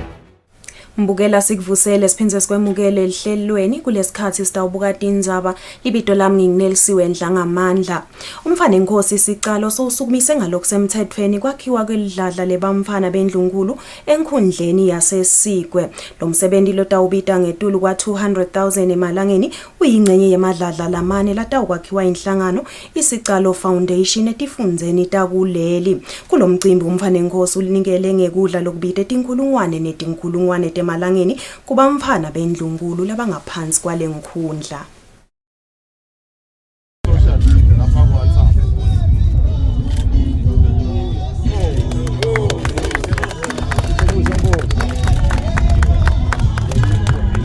Umfana inkosi yahlabalisoyi kusukumisa ngalokusemthethweni kwakhiwa kwalidladla litawubita emalangeni latinkulungwane letingama250 le kwakhiwa kwalo kwesekelwe ngetimali inkampani yemshwalensi Eswatini Royal Insurance Corporation ngemva kwemphumelelo yemsebenzi wekumikisa kudla kubogogo nabomkhulu etinkhundleni kuleli umfana inkosi sekuqalela omnye umsebenzi lobalulekile wekuhlangabetana netidzingo tebantfwana bendlunkulu inhlangano isicalo foundation itawukwakha emadladla lamane etifundzeni takuleli latewesekela emadladla lavele yakhona even lonke umfana inkosi abesukumisa kwakhiwa kwelidladla lekuqala eSigwe lokuyinkhundla lenamadladla lengama41 kanti lilinye linakekela abantwana labangama60 live libuke bona labantwana kusasa kanzi ngiko-ke umfana inkosi lophinzo wabapha nekudla sekasukumele etulu wanquma kuletha tinguquko letinhle etimpilweni tabo bekunene sihamba nabo be Eswatini Royal Insurance lamuhla lesitenga ngawo kakhulu lapha indzaba yelikhishi bekunene lesithi sidawuletha likhishi lapha lelitawukhona ukuthi lisekele lamakhishi lamanye langemashumi lamane nakunye latawuphese kuthelela kula lamanye bekunene lelikhishi leli bekunene ngula khona sitawusebentela ukuthi mangabe kunekudla lesikulethako sikhona ukuthi sikulethele lapha kuleli khishi bese ke sekuyathathwa sekuyamikiswa ke lena nalena ngaphandle la khona kufuna ukuthi kuyoqhubeka kusithe sive khona bekunene bekuvutha licapho kube Eswatini Royal Insurance Corporation ngesikhathi bethula ngalokusemthethweni imali leqhuba lomsebenzi inkampani ke bekunene mbane Nkosi itsite itawusita kwakha le soup kitchen yala lekunye kucala kulomsebenzi wombane Nkosi ukuthi kwakhiwe lama soup kitchens tindleko ke tekuyakha ukuthi udona hlelo kwabonakala ukuthi mhlambe ingete tenga empeleni ku 250,000 Umbane Nkosi Hlangusembi abekade yakulomcimbi kutawukhuthatha lizinyane lembube ukuthi aliqhubeke njalo nemisebenzi yalo lemihle lo kwendako umntwana Nkosi ungaphele amandla engwane ungaphele amandla kangangoba lokunye batakunyembenya lokunye bakudumise but njengesingisi never give up doing something very good Labesekelelo umsebenzi ngetimali nabo bonke njeke lababambisa uMvane Nkosi bangcunywe isikhulu sakalavumisa uMvane Nkosi Gasa Wangwane empeleni nini bokunene uma nisita umntana Nkosi lisinyane nisuke nisita emakhosi qobolwawo Lilunga leParliament esikwe David Ngamphalala leliphindze libe indvuna itiko letinkundla nekuthuthukisa kwato latiza uMvane Nkosi ukuthi kuneshisekelo lenkulu yekuthuthukisa inkundla yasesikwe igcine seyilidolobha kodwa lesikushoko ukuthi intuthuko siyawilwela size siphumelele kunqoba kwethu ukuthi sishiye ilegacy kule ndawo lesinedolobha nako lesingakusho Libika kwendzabeni ngisandile Makhanya abika naThemba Mamba enkundleni yesikwe Indvuna yelitiko letemcebo waphansi nemandla Peter Bembe ithi kumgcoka ukuthi emalungelo ebantfu labahlala emaplazini ahlonishwe indvuna ikuvete lokho emhlanganweni nelikomiti lelibuke kusebenta kwelitiko layo endlini yetimbunga lapho bebabukisana khona umthetho losakhankhanywa lohlose kuvikela emalungelo alabahlala emaplazini iFarmers Dwellers Amendment Bill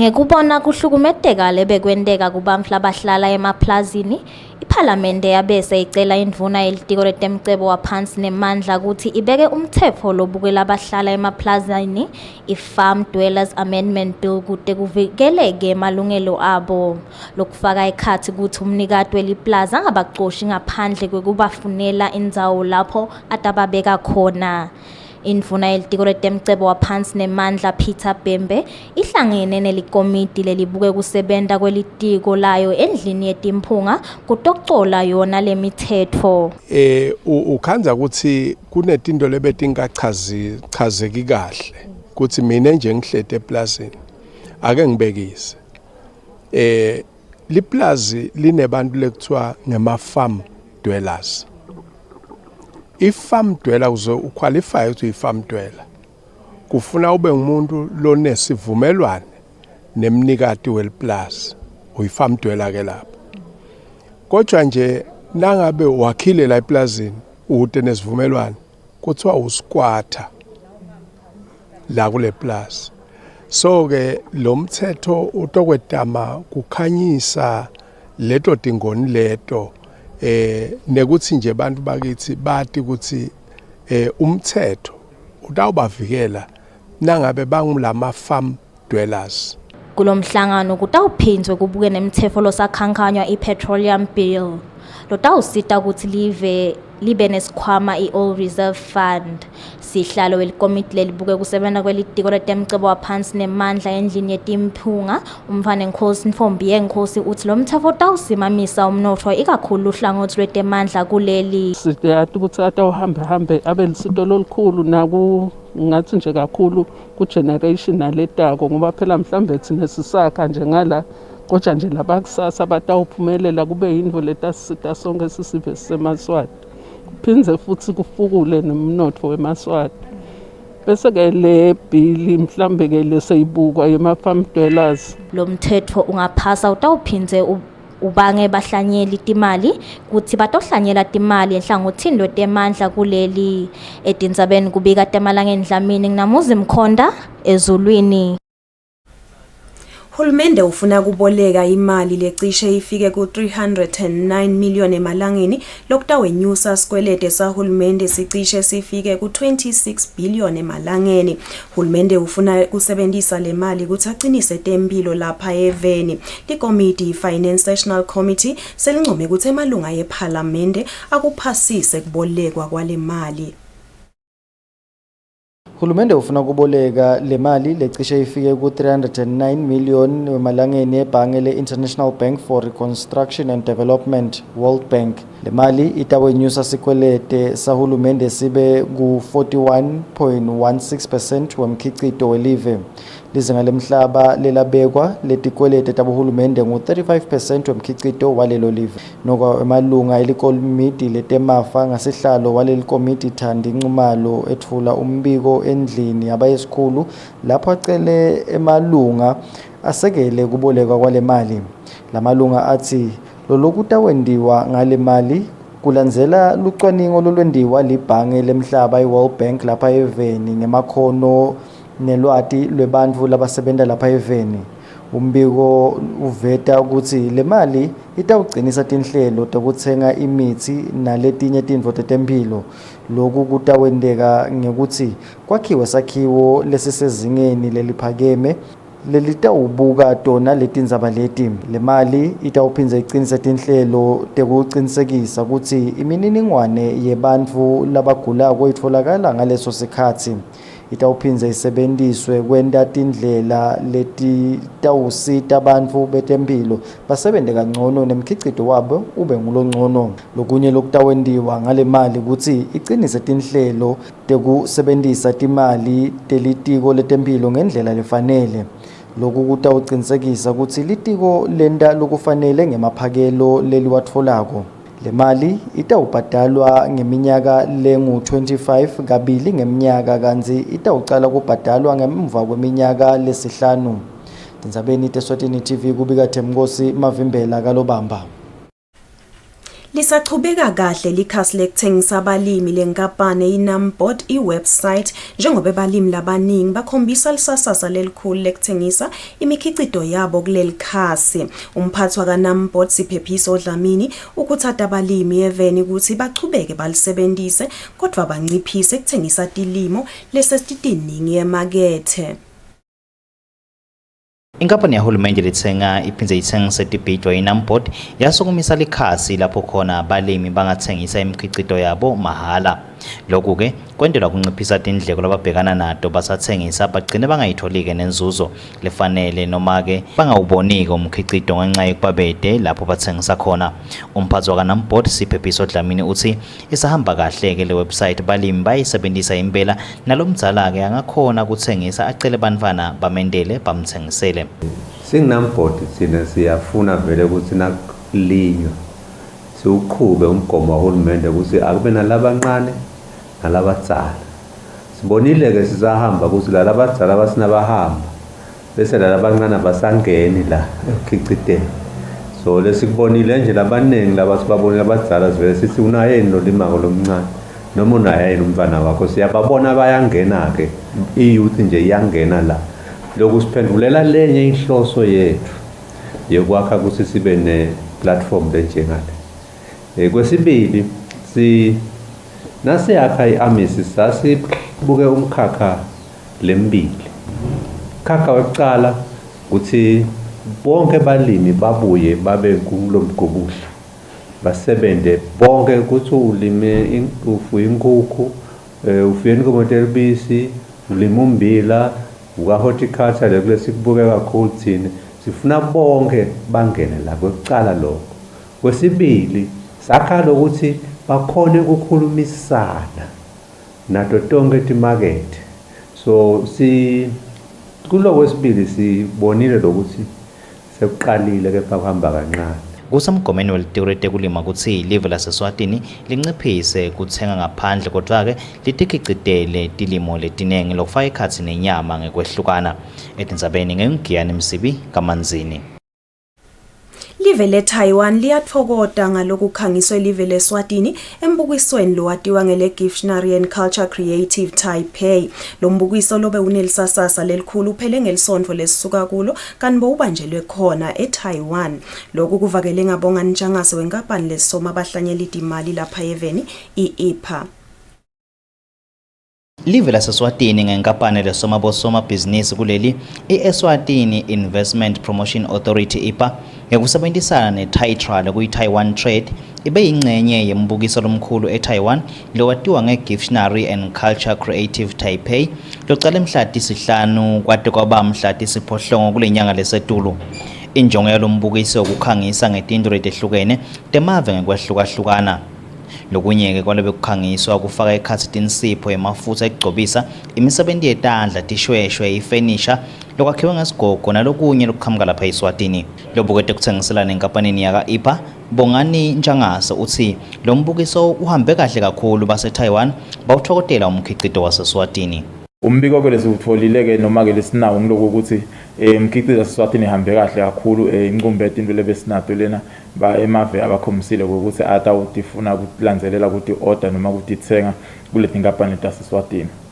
Tinkampani takithi lebetihambisile nje le kune leather association yaseSwatini lebe yokhangisa khona lena kunamavuso wangwane lobekathengisa tinto te handicraft kube ne soap factory nayo lenta umkhicito kube na AST traders kube nabo tinzaba craft nabo labe bahambise imikhicito yabo lebe iyokhangiswa lena. Siyethemba ukuthi kulamathuba la adalekile emabhizinisi ema-order atawulandzela tinkampani sitawunathi saqhubeka silesitihlola sive ukuthi timakethe tase-Asia tihamba njani kukhona into sesibakuhambisile. Imibukisweni nje lekuba khona cishe mhlaba wonke noma bengumuphi umbukiso ikakhulu lena lengaphandle kwelive laseSwatini siye sibuke tinkampani lesithi pheceleti ngesilungu ti-export ready noma ke setikhicita ezingeni lokuthi selingakhona ukuthi umkhicito wabo tihambise uye ngaphandle event. Lena ke imitamo yelive laseSwatini kucinisa budlelwane nekusebenzisana nelive leTaiwan. Lona sifiso sekukhangiselwa umkhicito wakhe ke angabatsinza ke bona ke baka-IPA kodwa ukuthi bamkhangiseleke umkhicito wakhe emaveni. Etindzabeni ngengiyani Msibi embabane kanzi ke letinye tithombe tichamuka khona ke ka-IPA. Masipala welidolobha lakuMathapha uthi uyatfokota ngekubhadala kwemthelo wemadolobha ema-rates njengoba ukhomba kukhula na ucathaniswa neminyakati imali wanyakenye walo lelidolobha. Lokhu kuvakale ngemchumanisi walo lelidolobha nesive babhekile Dlamini ngesikhathi kudonswa lababhadele kahle. Sive sakuMathapha sibukeka sisawubhadala kahle umthelo wemadolobha lekungema-rates njengoba masipala ubone kukhula kokubhadalwa kwama-rates newucathanisa neminyakati imali welidolobha wanyakenye. Lokuxhumanisa lelidolobha nesive babhekele Dlamini uchaza kabanti. Last year nje sikhonile kukoleka 29,407,920. Keja lokube sekusijabulisa kakhulu kule extension lesibenayo between June kuya kulo October. This year sikhonile kukoleka 29,781,050. Lokusho ukuthi nje umehluko lokhona sikhonile kukhuphuka noma kukoleka lokungetulu lokucishe kube nge-300,000. Leli dolobha ke lidonse labo lababhadele kahle ema-rates pheceleti i-draw kubahlomelisa ngemihlomelo thide. Normally ke siye sente ukuthi babhadale by June 31st, but ke this time round sibese sesiya-extenda sasesithi asesale babhadala by October 31st ngenxa yokuthi live lonke noma umhlaba wonke bohlasele isifo se-COVID. Besati ke ukuthi ke umnotfo noma itimali noma labanye ba-affectekile emisebentini yabo. Kesha besingafuni ukuthi ibengce lo mncintiswane lo basita ukuthi bakhuthateke ukuthi babadale ema rates abo. Siyati ke ukuthi leti imali letikoleka kodwa ema rates ngito letisita kuthuthukisa lidolobha. Uyabona nje siyakhona kufaka emalambu, siyakhona kulungisa imigwaco, siyakhona ngisho ukubutha tibi ngato leti imali leti labatibhadalako. So kusijabulisile nje kubona ukuthi bakhona lababhadalile. Kulo mncintiswane ke besibaniketa ama prices lamaningi. Siyajabula ukuthi kule draw lebeyikhona sikhonile nje kuwinisa noma kufomelisa labangu-24 bema ratepayers. Amadolobha lamaningi abhekene nensaya yokungabhadaleki kahle ke wawo ema rates lekungumthelo kwamadolobha, kodwa ke lidolobha lakuMatsapa lona ke liyajabula ngoba bakhonile ke ukuthi labahlala edolobheni babhadale. Kanti ke leyo mithelo idlala indima lenkulu ekuthena amadolobha athuthuke aphinze akhone kwenta imisebenzi yawo edolobheni lesingathi yi-service delivery. Kanti ke lawo ma-rates adlala indima lenkulu nekuthi live lithuthuke. Etindzabeni ngingiyani Msibi kuMatsapa. Libandla lelibuketa indzaba tebucala lobendeka ngabongcondvomshina i-Cyber Awareness Group lithi bantfu labasebentisa tincingo letisebentisa i-Android abavusetele Google Chrome etingcingweni tabo. Lokhu kungoba kutholakale ukuthi kuneligciwane lelikhona lelingenta ukuthi kube melula ukuthi umuntu lomunye asebentise tincingo tabo angakatitsinzi nekutitsinza. Lokhu kuvakale ngamndeni Nhlabathi walo lelibandla. Leli gciwane lelitfolakele lelihlasela tincingo letisebentisa i-Android kuthiwa yi-CVE 2020-16010. Tincingo letisebentisa i-Android tifaka ekhatsi i-Samsung, Huawei ne-Nokia kuletinye. Leli gciwane kuthiwa livumela tigangi ukuthi tikhona kusebentisa tincingo tebantfu tibe tingakatitsinzi nekutitsinza. Lokhu ke kwenteka ngetebuchwephesha.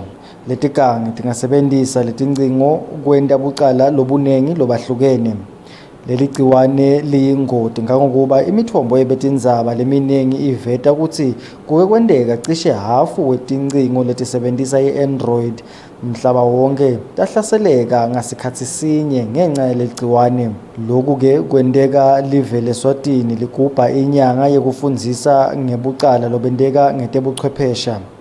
Mndeni Nhlabathi longumunye webantfu labasebandleni lelifundzisa ngalobucala lobu uyachaza ngaleli gciwane. Nawungabuka nje kwalesikubita nge-CVSS, Common Vulnerability Scoring System, ithi 8.3 isuka ku1 ya 10. Shothi nangabe iku 8.3 ingoti ngendlela lesimanga. Kuphendula lo mbuto lokubutako nje. Ingoti ngendlela lesimanga singawacela ama-users a-Android lasebenza Google Chrome ukuthi aka-update phela to mitigate lama-text langenteka. Ase-update ke nomaphi, se-update ku-vendor website. Nangabe nje usebenzisa Android uya-update ku-Play Store. Google Chrome so wa-applyile ama-patches on the vulnerabilities la khona, so if ama-users a-update atawuphepha. Kepha nangabe anga-update achubeka asebenzisa Google Chrome lomdzala usho ukuthi asenekuhlaseleka. Inkampani iGoogle nayo ikhiphe secwayiso ukuthi bantfu labasebenzisa tincingo letine Android abavusetele Google Chrome wabo kuze batawuphepha.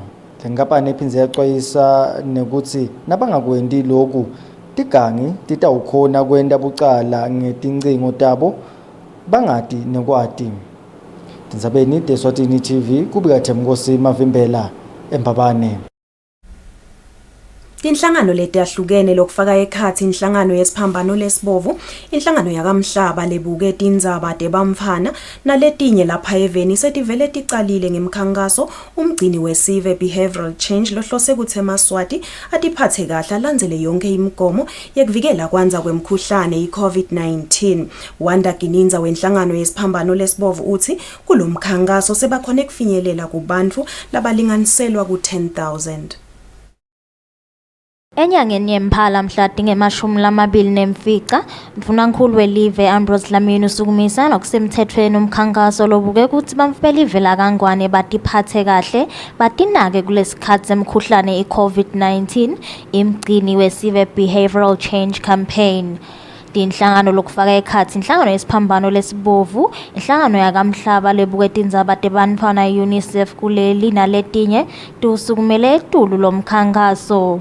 Wanda Gininza wenhlangano yesiphambano lesibovu uthi babambisene naletinye sebakhone kufinyelela emakhaya langetulu kwa 7,000 etindzaweni letehlukene lapha eVeni. Sikhumbuta abantu ukuthi abakwende konke. Sisesibukile uhulumende sekaphumile nandvunankhulu sashito ukuthi yiba ngumgcini wesive. Sineke siyabakhumbuta lokho ukuthi abakwende konke lokho lokufuneka ukuze batawukhona kuphepha ukuthi phephisa na COVID. Kuhamba nje kulamalanga sesikhonile kuhambela cishe emakhaya langabalela lokungetulu kwa 7,000 households lese kakhona ke ukuthi etifundzeni tonke letotine telive sikhone kuhamba sibakhumbuta ngalomlayeto. Bantu ke lese sikhone kuba richer sesibabala nje bonke bangetulu lokungenani kwa 15,000 webantu lese bakhone kutfola lomlayeto wekuthi abakwende konke lokufaka ekhatsi kufaka kugeza tandla kufaka ama-mask ngaso sonke isikhathi kugcina umkhathi noma kuchelelana ukuze bangatawanzisa kuhamba kweligciwane le-COVID. Sihambisana nabo belitiko letempilo lebangibona balihlahlandlela lekukhulumisa tindzaba tetempilo eVeni. Sinaye emhlabuhlangeni lofaka ekhatsi UNICEF na WHO. Sinawo lamanye ke ma-organizations lesisebenzisana nawo phasi kwelihlaka laka risk communication lokufaka ekhatsi bo World Vision bo ECPAF nalamanye nje ma-organization ngate ngawabala onke ngosi ngalokuthi manengi kodwa nje laqhuba wona lo msebenzi wokuthi asathi sebantfu ngalesimo lesikhona eVeni. Lo mkhankaso ohlose ukuthi sonke sive semaswati sifake isandla ekulweni nalesifo, bamfu babe ngumgcini wesive batiphephise kude kuphephe nalabanye. Etindzabeni kubikade emalangeni Dlamini nginamuzi Mkhonda eMbabane.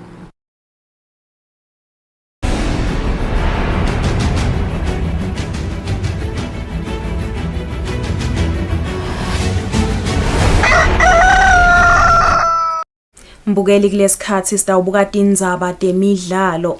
Umceceshi welikhethelo lesive lemidlalo wematubane Muzi Mabuza uthi umchutselano we-National Championships lo wendlulile sewubanike lithuba lekubuka ukuthi kutawukhethwa bani kuyomelela live emidlalweni yema-World Athletics Under 20 Championships lotawubanjelwa eVeni laseKenya ngenyanga yeNgci eminyakeni lotako.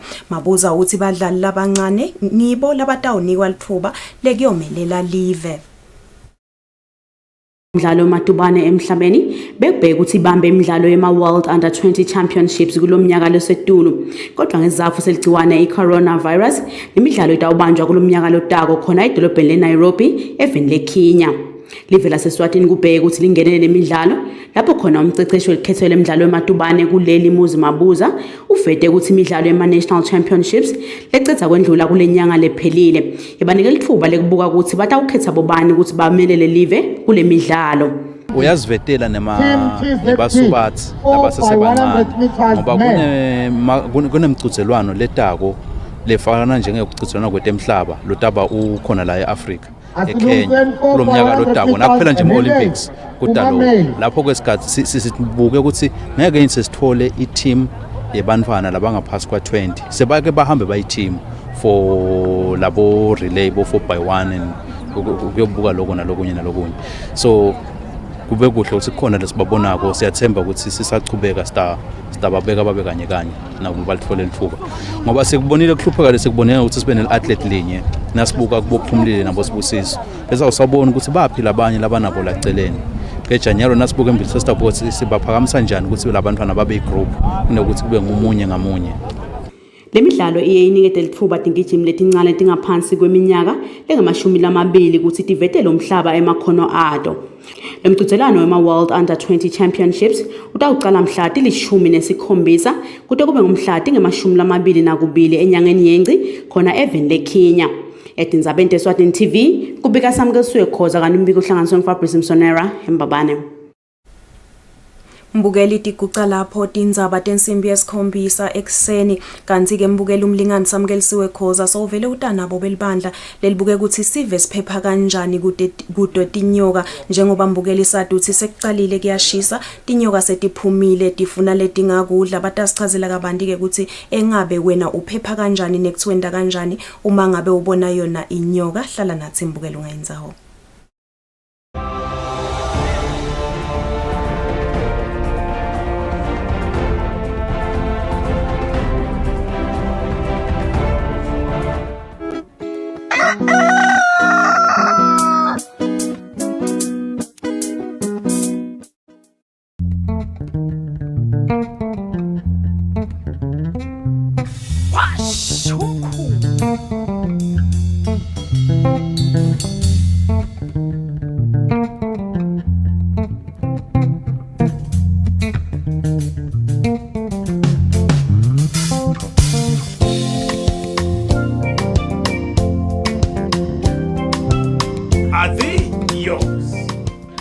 Ngabukela ke washa umkhukhu every Sunday at 3 p.m.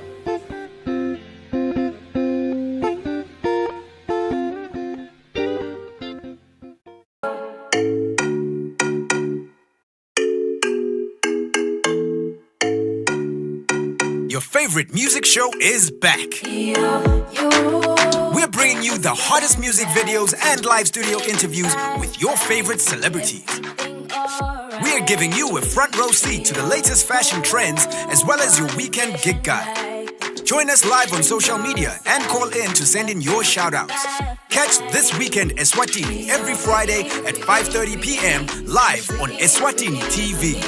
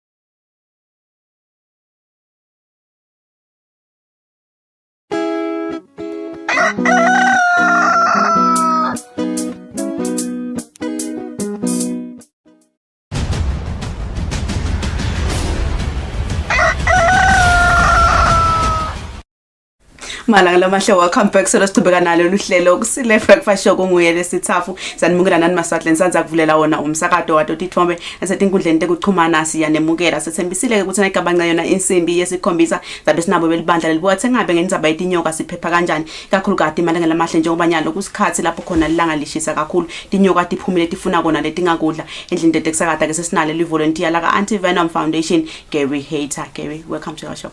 Thank you. Gary, just first thing first, just unpack for us the brumation process. What usually happens between winter and summer? Well, the thing to understand is that snakes are cold-blooded.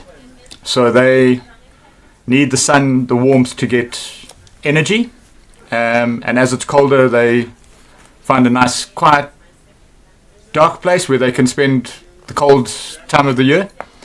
As the temperatures heat up, the snakes become a little bit more active. And the important thing now is their food is also becoming more prevalent and more active. So snakes are out trying to build up a bit of bulk and a bit of energy. The warm sun warms them up, and then they go out looking for food. So that's why the snake season now is well underway. When you call it the snake season, it's the time of the year we start seeing a lot more snakes. And they're out moving around looking for food predominantly. Yeah. So during winter, the snakes don't eat anything. What happens?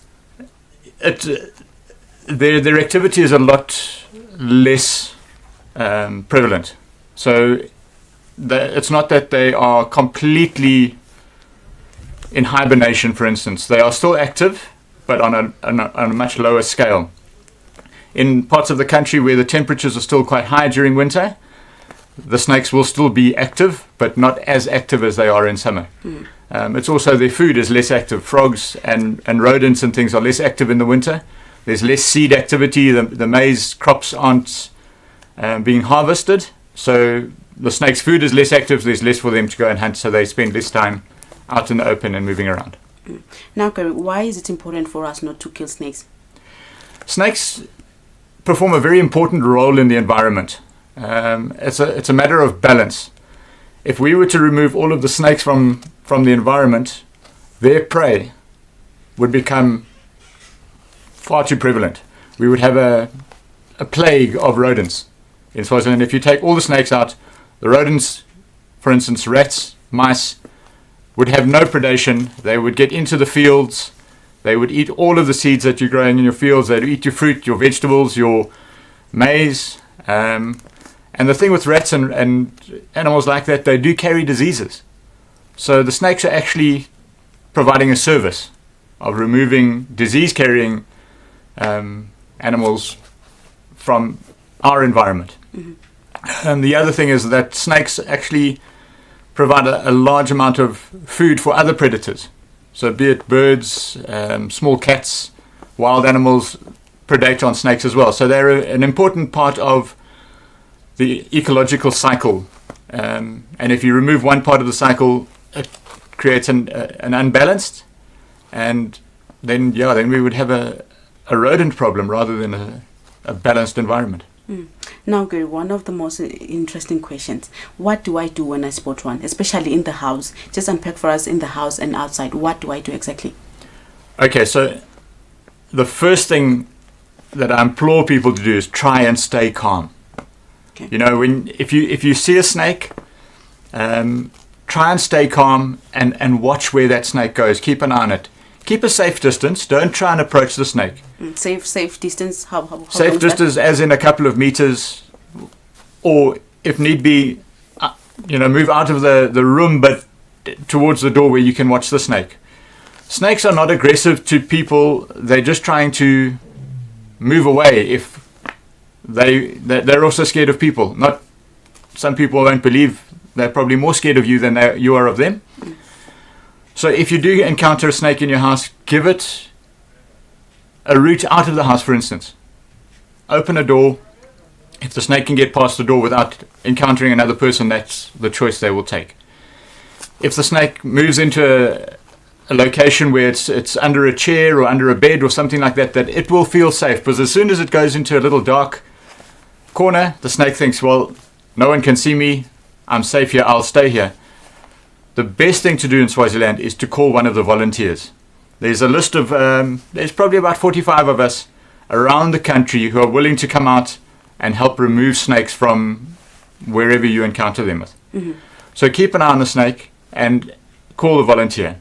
The contacts for the volunteers are on our Facebook page, Snakes of Eswatini, and there's a WhatsApp group that you can join and get into contact with the snake volunteers. If you're in an area where there are a lot of snakes, it would be a good idea to find out who the volunteer is for your region before you encounter the snake, so you know who to call. Keep an eye on the snake, keep calm, call a volunteer. Okay, I want to get this. When you say keep an eye, which means I have to just sit around where the snake is, what do I do exactly? You don't necessarily have to sit and keep an eye on it. Remembering that the quicker the volunteer can remove the snake, the easier it is and less traumatic it is for everyone around. So if you know that it's in a room that's not going to be able to get out, watch the doors, the windows to make sure the snake doesn't leave, you know where it is. If you can watch it from a distance, that's first prize. It's quite a challenge for us sometimes when we go in to collect snakes and they say it's inside the house. You open the door and the house is full of clothes and all sorts of furniture, and we have to search the entire house. That takes a lot of time, and then often we can't find the snake because we're not sure where we're looking. Keep an eye on the snake, keep at your distance. Also importantly, don't try and kill the snake. Okay. The snake has only got one method of defense.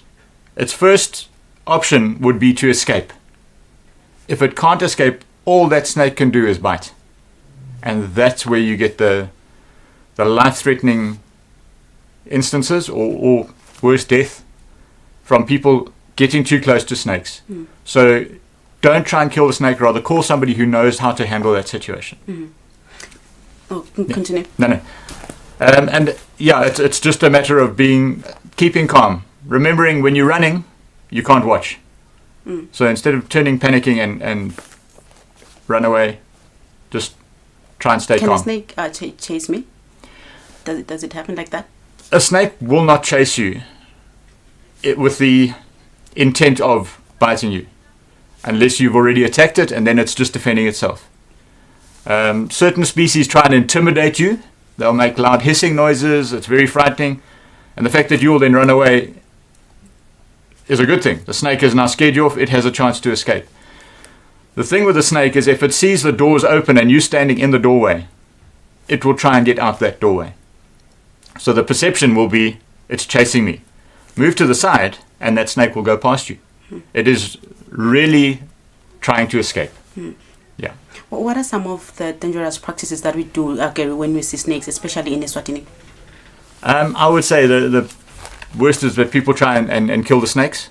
There's a lot of cultural beliefs and myths about what snakes do. For instance, cobras, the pempetwan in Siswati, people believe that if you wear red it will chase you. You grew up not knowing that, believing that. As there are so many beliefs that people grew up with. You can wear any color. Snakes don't see in color like humans see in color. So it doesn't know what color shirt you're wearing. The snakes don't see? They don't see in the same color as we do. Okay. They need to find food. They don't need to look at the color of the food. So they're looking for shape, they're looking for movement. That's more important to them than the actual color of the prey. So their senses are very different to human senses. So they don't see color, so they won't chase you if you're wearing red, for instance. The mythology and some of the treatments from mythology can cause more damage than the snake bites. For instance, as soon as many people will encounter a snake, they'll put a tourniquet on and stop the venom from traveling through the body. That causes more damage than the bite does often. If, for instance, the snake is a non-venomous snake, you put a tourniquet on and then you cause an injury that would not have occurred. So the best thing is to, if you do encounter a snake, give it space to move away. And then, if it's regularly seen in your homesteads, call somebody and when you can see the snake, call the volunteers and we'll come and remove it. Okay. What do I do then when I get bitten? When you get bitten, the best thing to do as quickly as possible is to get to a medical facility. Phone the 977, get to a medical facility as fast as possible. That's where you can get the best treatment. The medical facilities know the Anti-Venom Foundation's contact details, and they will contact TIA if there's a problem with getting anti-venom or the treatment, and then the correct treatment will be given for that bite. It's very important not to try and treat a bite with traditional methods. We encountered last year, the people actually burnt their brother's leg where he had been bitten by the snake. Okay. That creates another medical condition that needs to be treated over and above the snake bite, which is traumatic, painful, and probably longer lasting than the actual snake bite would have been. So the best thing to do, as soon as possible, get to a medical facility. What if maybe it takes longer for me to get there, Gary? What do I do at that moment? It's very difficult to give medical or first aid advice now because each snake has a different symptom and treatment. The best is to try and get there as quickly as possible. It would be great if more people could do our snake awareness course that is run by the Anti-Venom Foundation to learn the basic first aid that can be provided for each different kind of venomous snake bite. Because the treatment, for instance, of a Mozambican spitting cobra, mfeti, to a black mamba is very, very different. Okay. So you don't, if you confuse the two and get it wrong, it can be seriously detrimental to the person's health. Yeah. What are some of the most common snakes found in Eswatini? Common snakes found in Eswatini, the 7 venomous ones that we would start with. It's black mamba, the one that everyone fears. Then there's your pempetwan, snouted cobra, rinkels, which occurs in the north of Swaziland in the highlands, which is also called pempetwan in Eswatini. Your Mozambican spitting cobra, snouted cobra I've done, boomslang, and the platter. Those are the snakes that would call it medically significant bites. And then, so we've got 7 snakes, venomous snakes, that you would have to go to hospital for. The other snake that can cause serious injury and damage is the python, Southern African python. That's royal game, so it definitely should not be interfered with, and a volunteer should be called to come and help remove it. And if avoided, it's a big snake, should be avoided at all times. The other 63 species of snakes that we get in Swaziland? We have 63 species. There's 63 estimated species of snakes in Swaziland. They're all harmless. So some of them have got venom, but the bite will not kill you. You might need medical care for the pain, but it will not kill you. And the balance are all either constrictors or very low venom that doesn't affect humans, and they generally keep to themselves and move off on their own. Gary, is it important for me to know the type of snakes that attack me, especially when I go to the clinic? It helps if you do know for the initial treatment, but the treatment of a snake bite is driven by the symptoms. Okay. Because some snakes, even a black mamba, as a warning, can give a dry bite, for instance. So if you treat a bite that does not need the anti-venom, for instance, one, you're wasting anti-venom, which is very precious at the moment. It's costing a lot of money, and that treatment can cause further medical conditions which then have to be treated. So the treatment of snake bites is very specific to the symptoms that the victim or the patient is experiencing. So it does help if you know the species of snake that bites you, but the symptoms that the medical facility will be able to monitor are more important than the actual identification of the snake. Snake season has begun, Gary, but Eswatini is experiencing an anti-venom shortage. Why is that?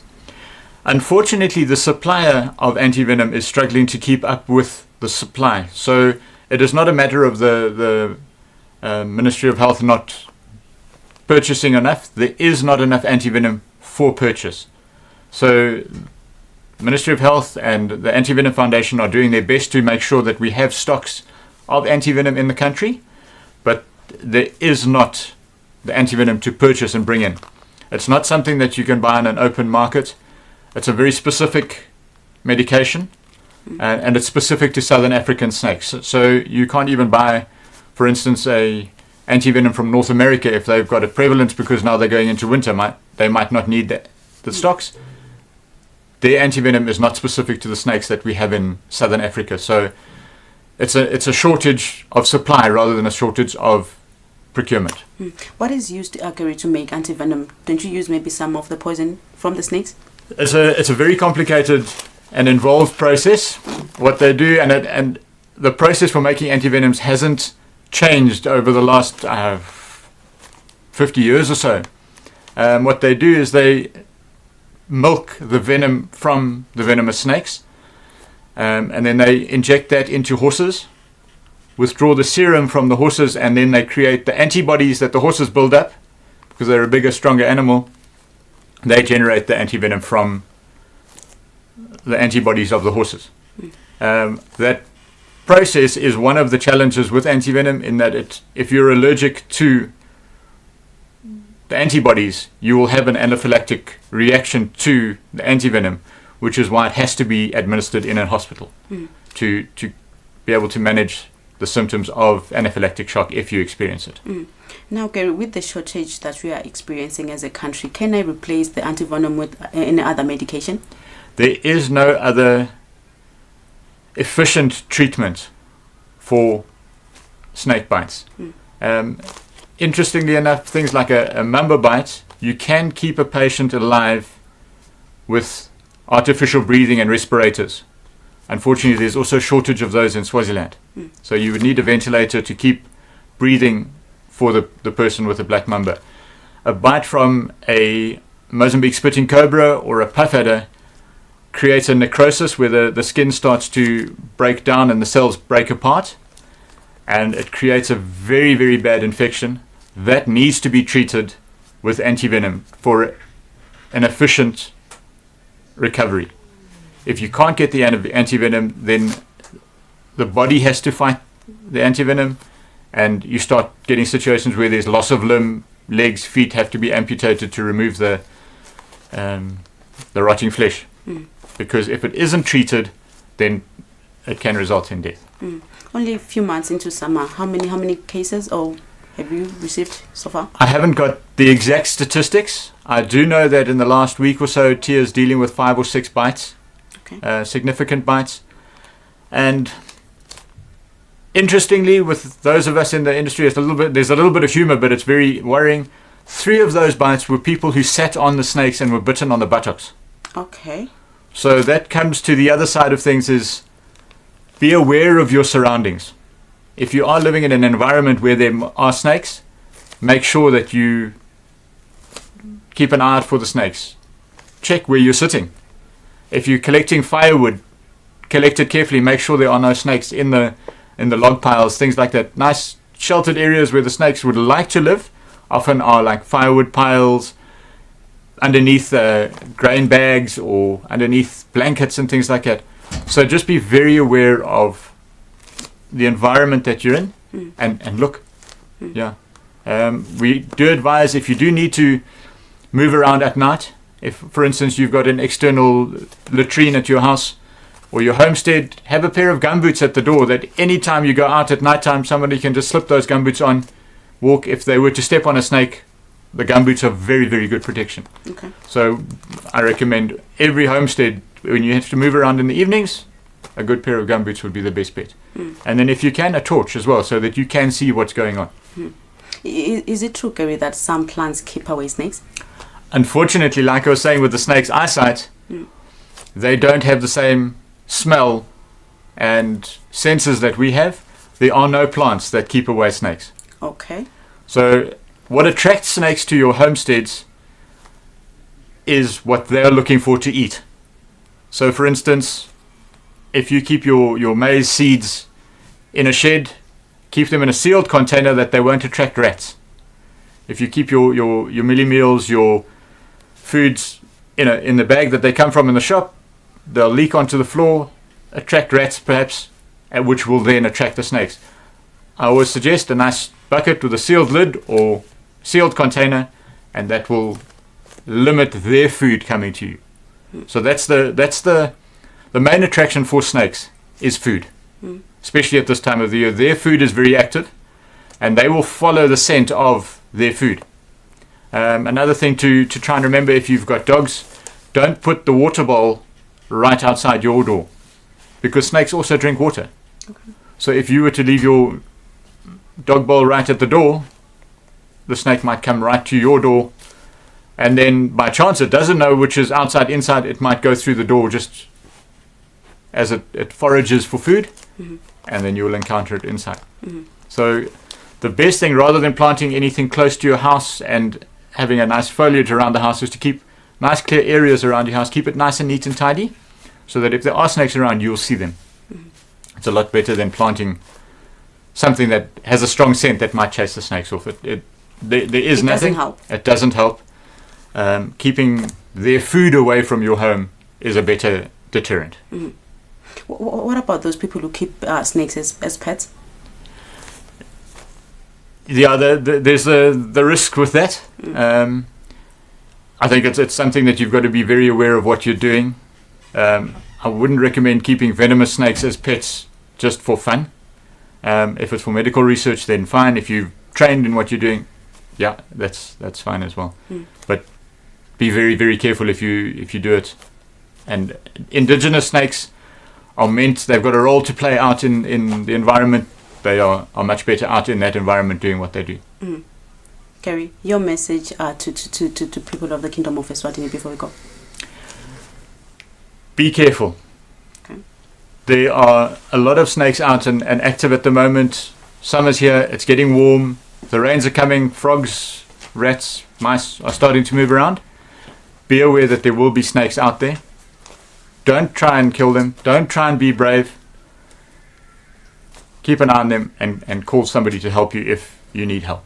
So the volunteers are for free? The volunteers are for free.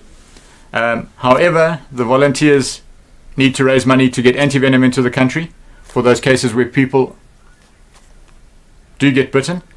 So if a volunteer does help you, it would be greatly appreciated if a small donation could be made to the foundation. So I'm not forced to pay a volunteer when I call a volunteer? You're not forced to pay the volunteers. We volunteers. Okay. But we do appreciate everyone puts in a lot of time and the cost of fuel and things like that. With that, as a volunteer, please don't call us if the snake was seen yesterday or last week. When you do see a snake, keep an eye on the snake. We can come and help you if we can get to the snake. We can't help you if we can't find the snake.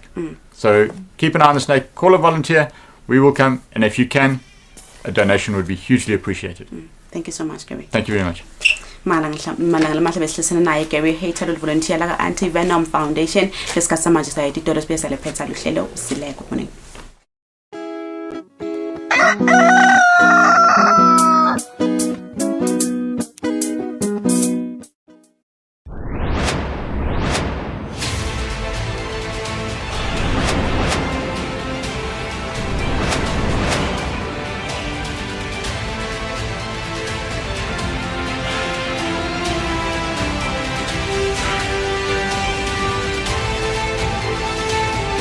Imbi yeqeda i-HIV kanye namalale phepha.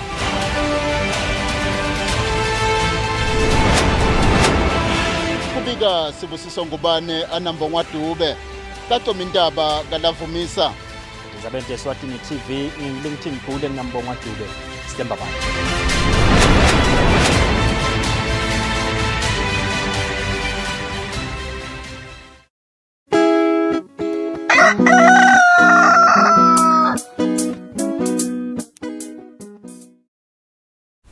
Maswati lamahle silishaya silibeka lapho lihlelo elangeni lalamuhla mbukela ube nelanga lelihle usale kahle. Malanga lamahle sithokoze kakhulu ukuhleselana nehlelweni lomuhla kungolesithafu nani nelikundla into ekuxhumana sithi cibekani siphe those beautiful comments, we really appreciate it. Nisale kahle.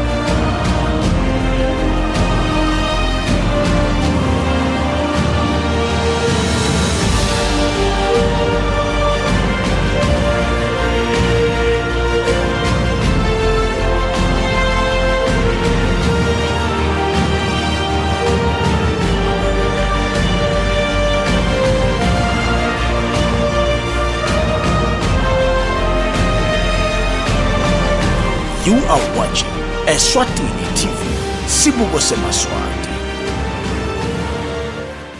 Cala laba labasaqala bathathi sekuqala kulaba lasebabadzala lamculweni bathi bangamanje bangene vele bathathise beve ukuthi emculweni kanjela. Making a difference. Yenda umehluko.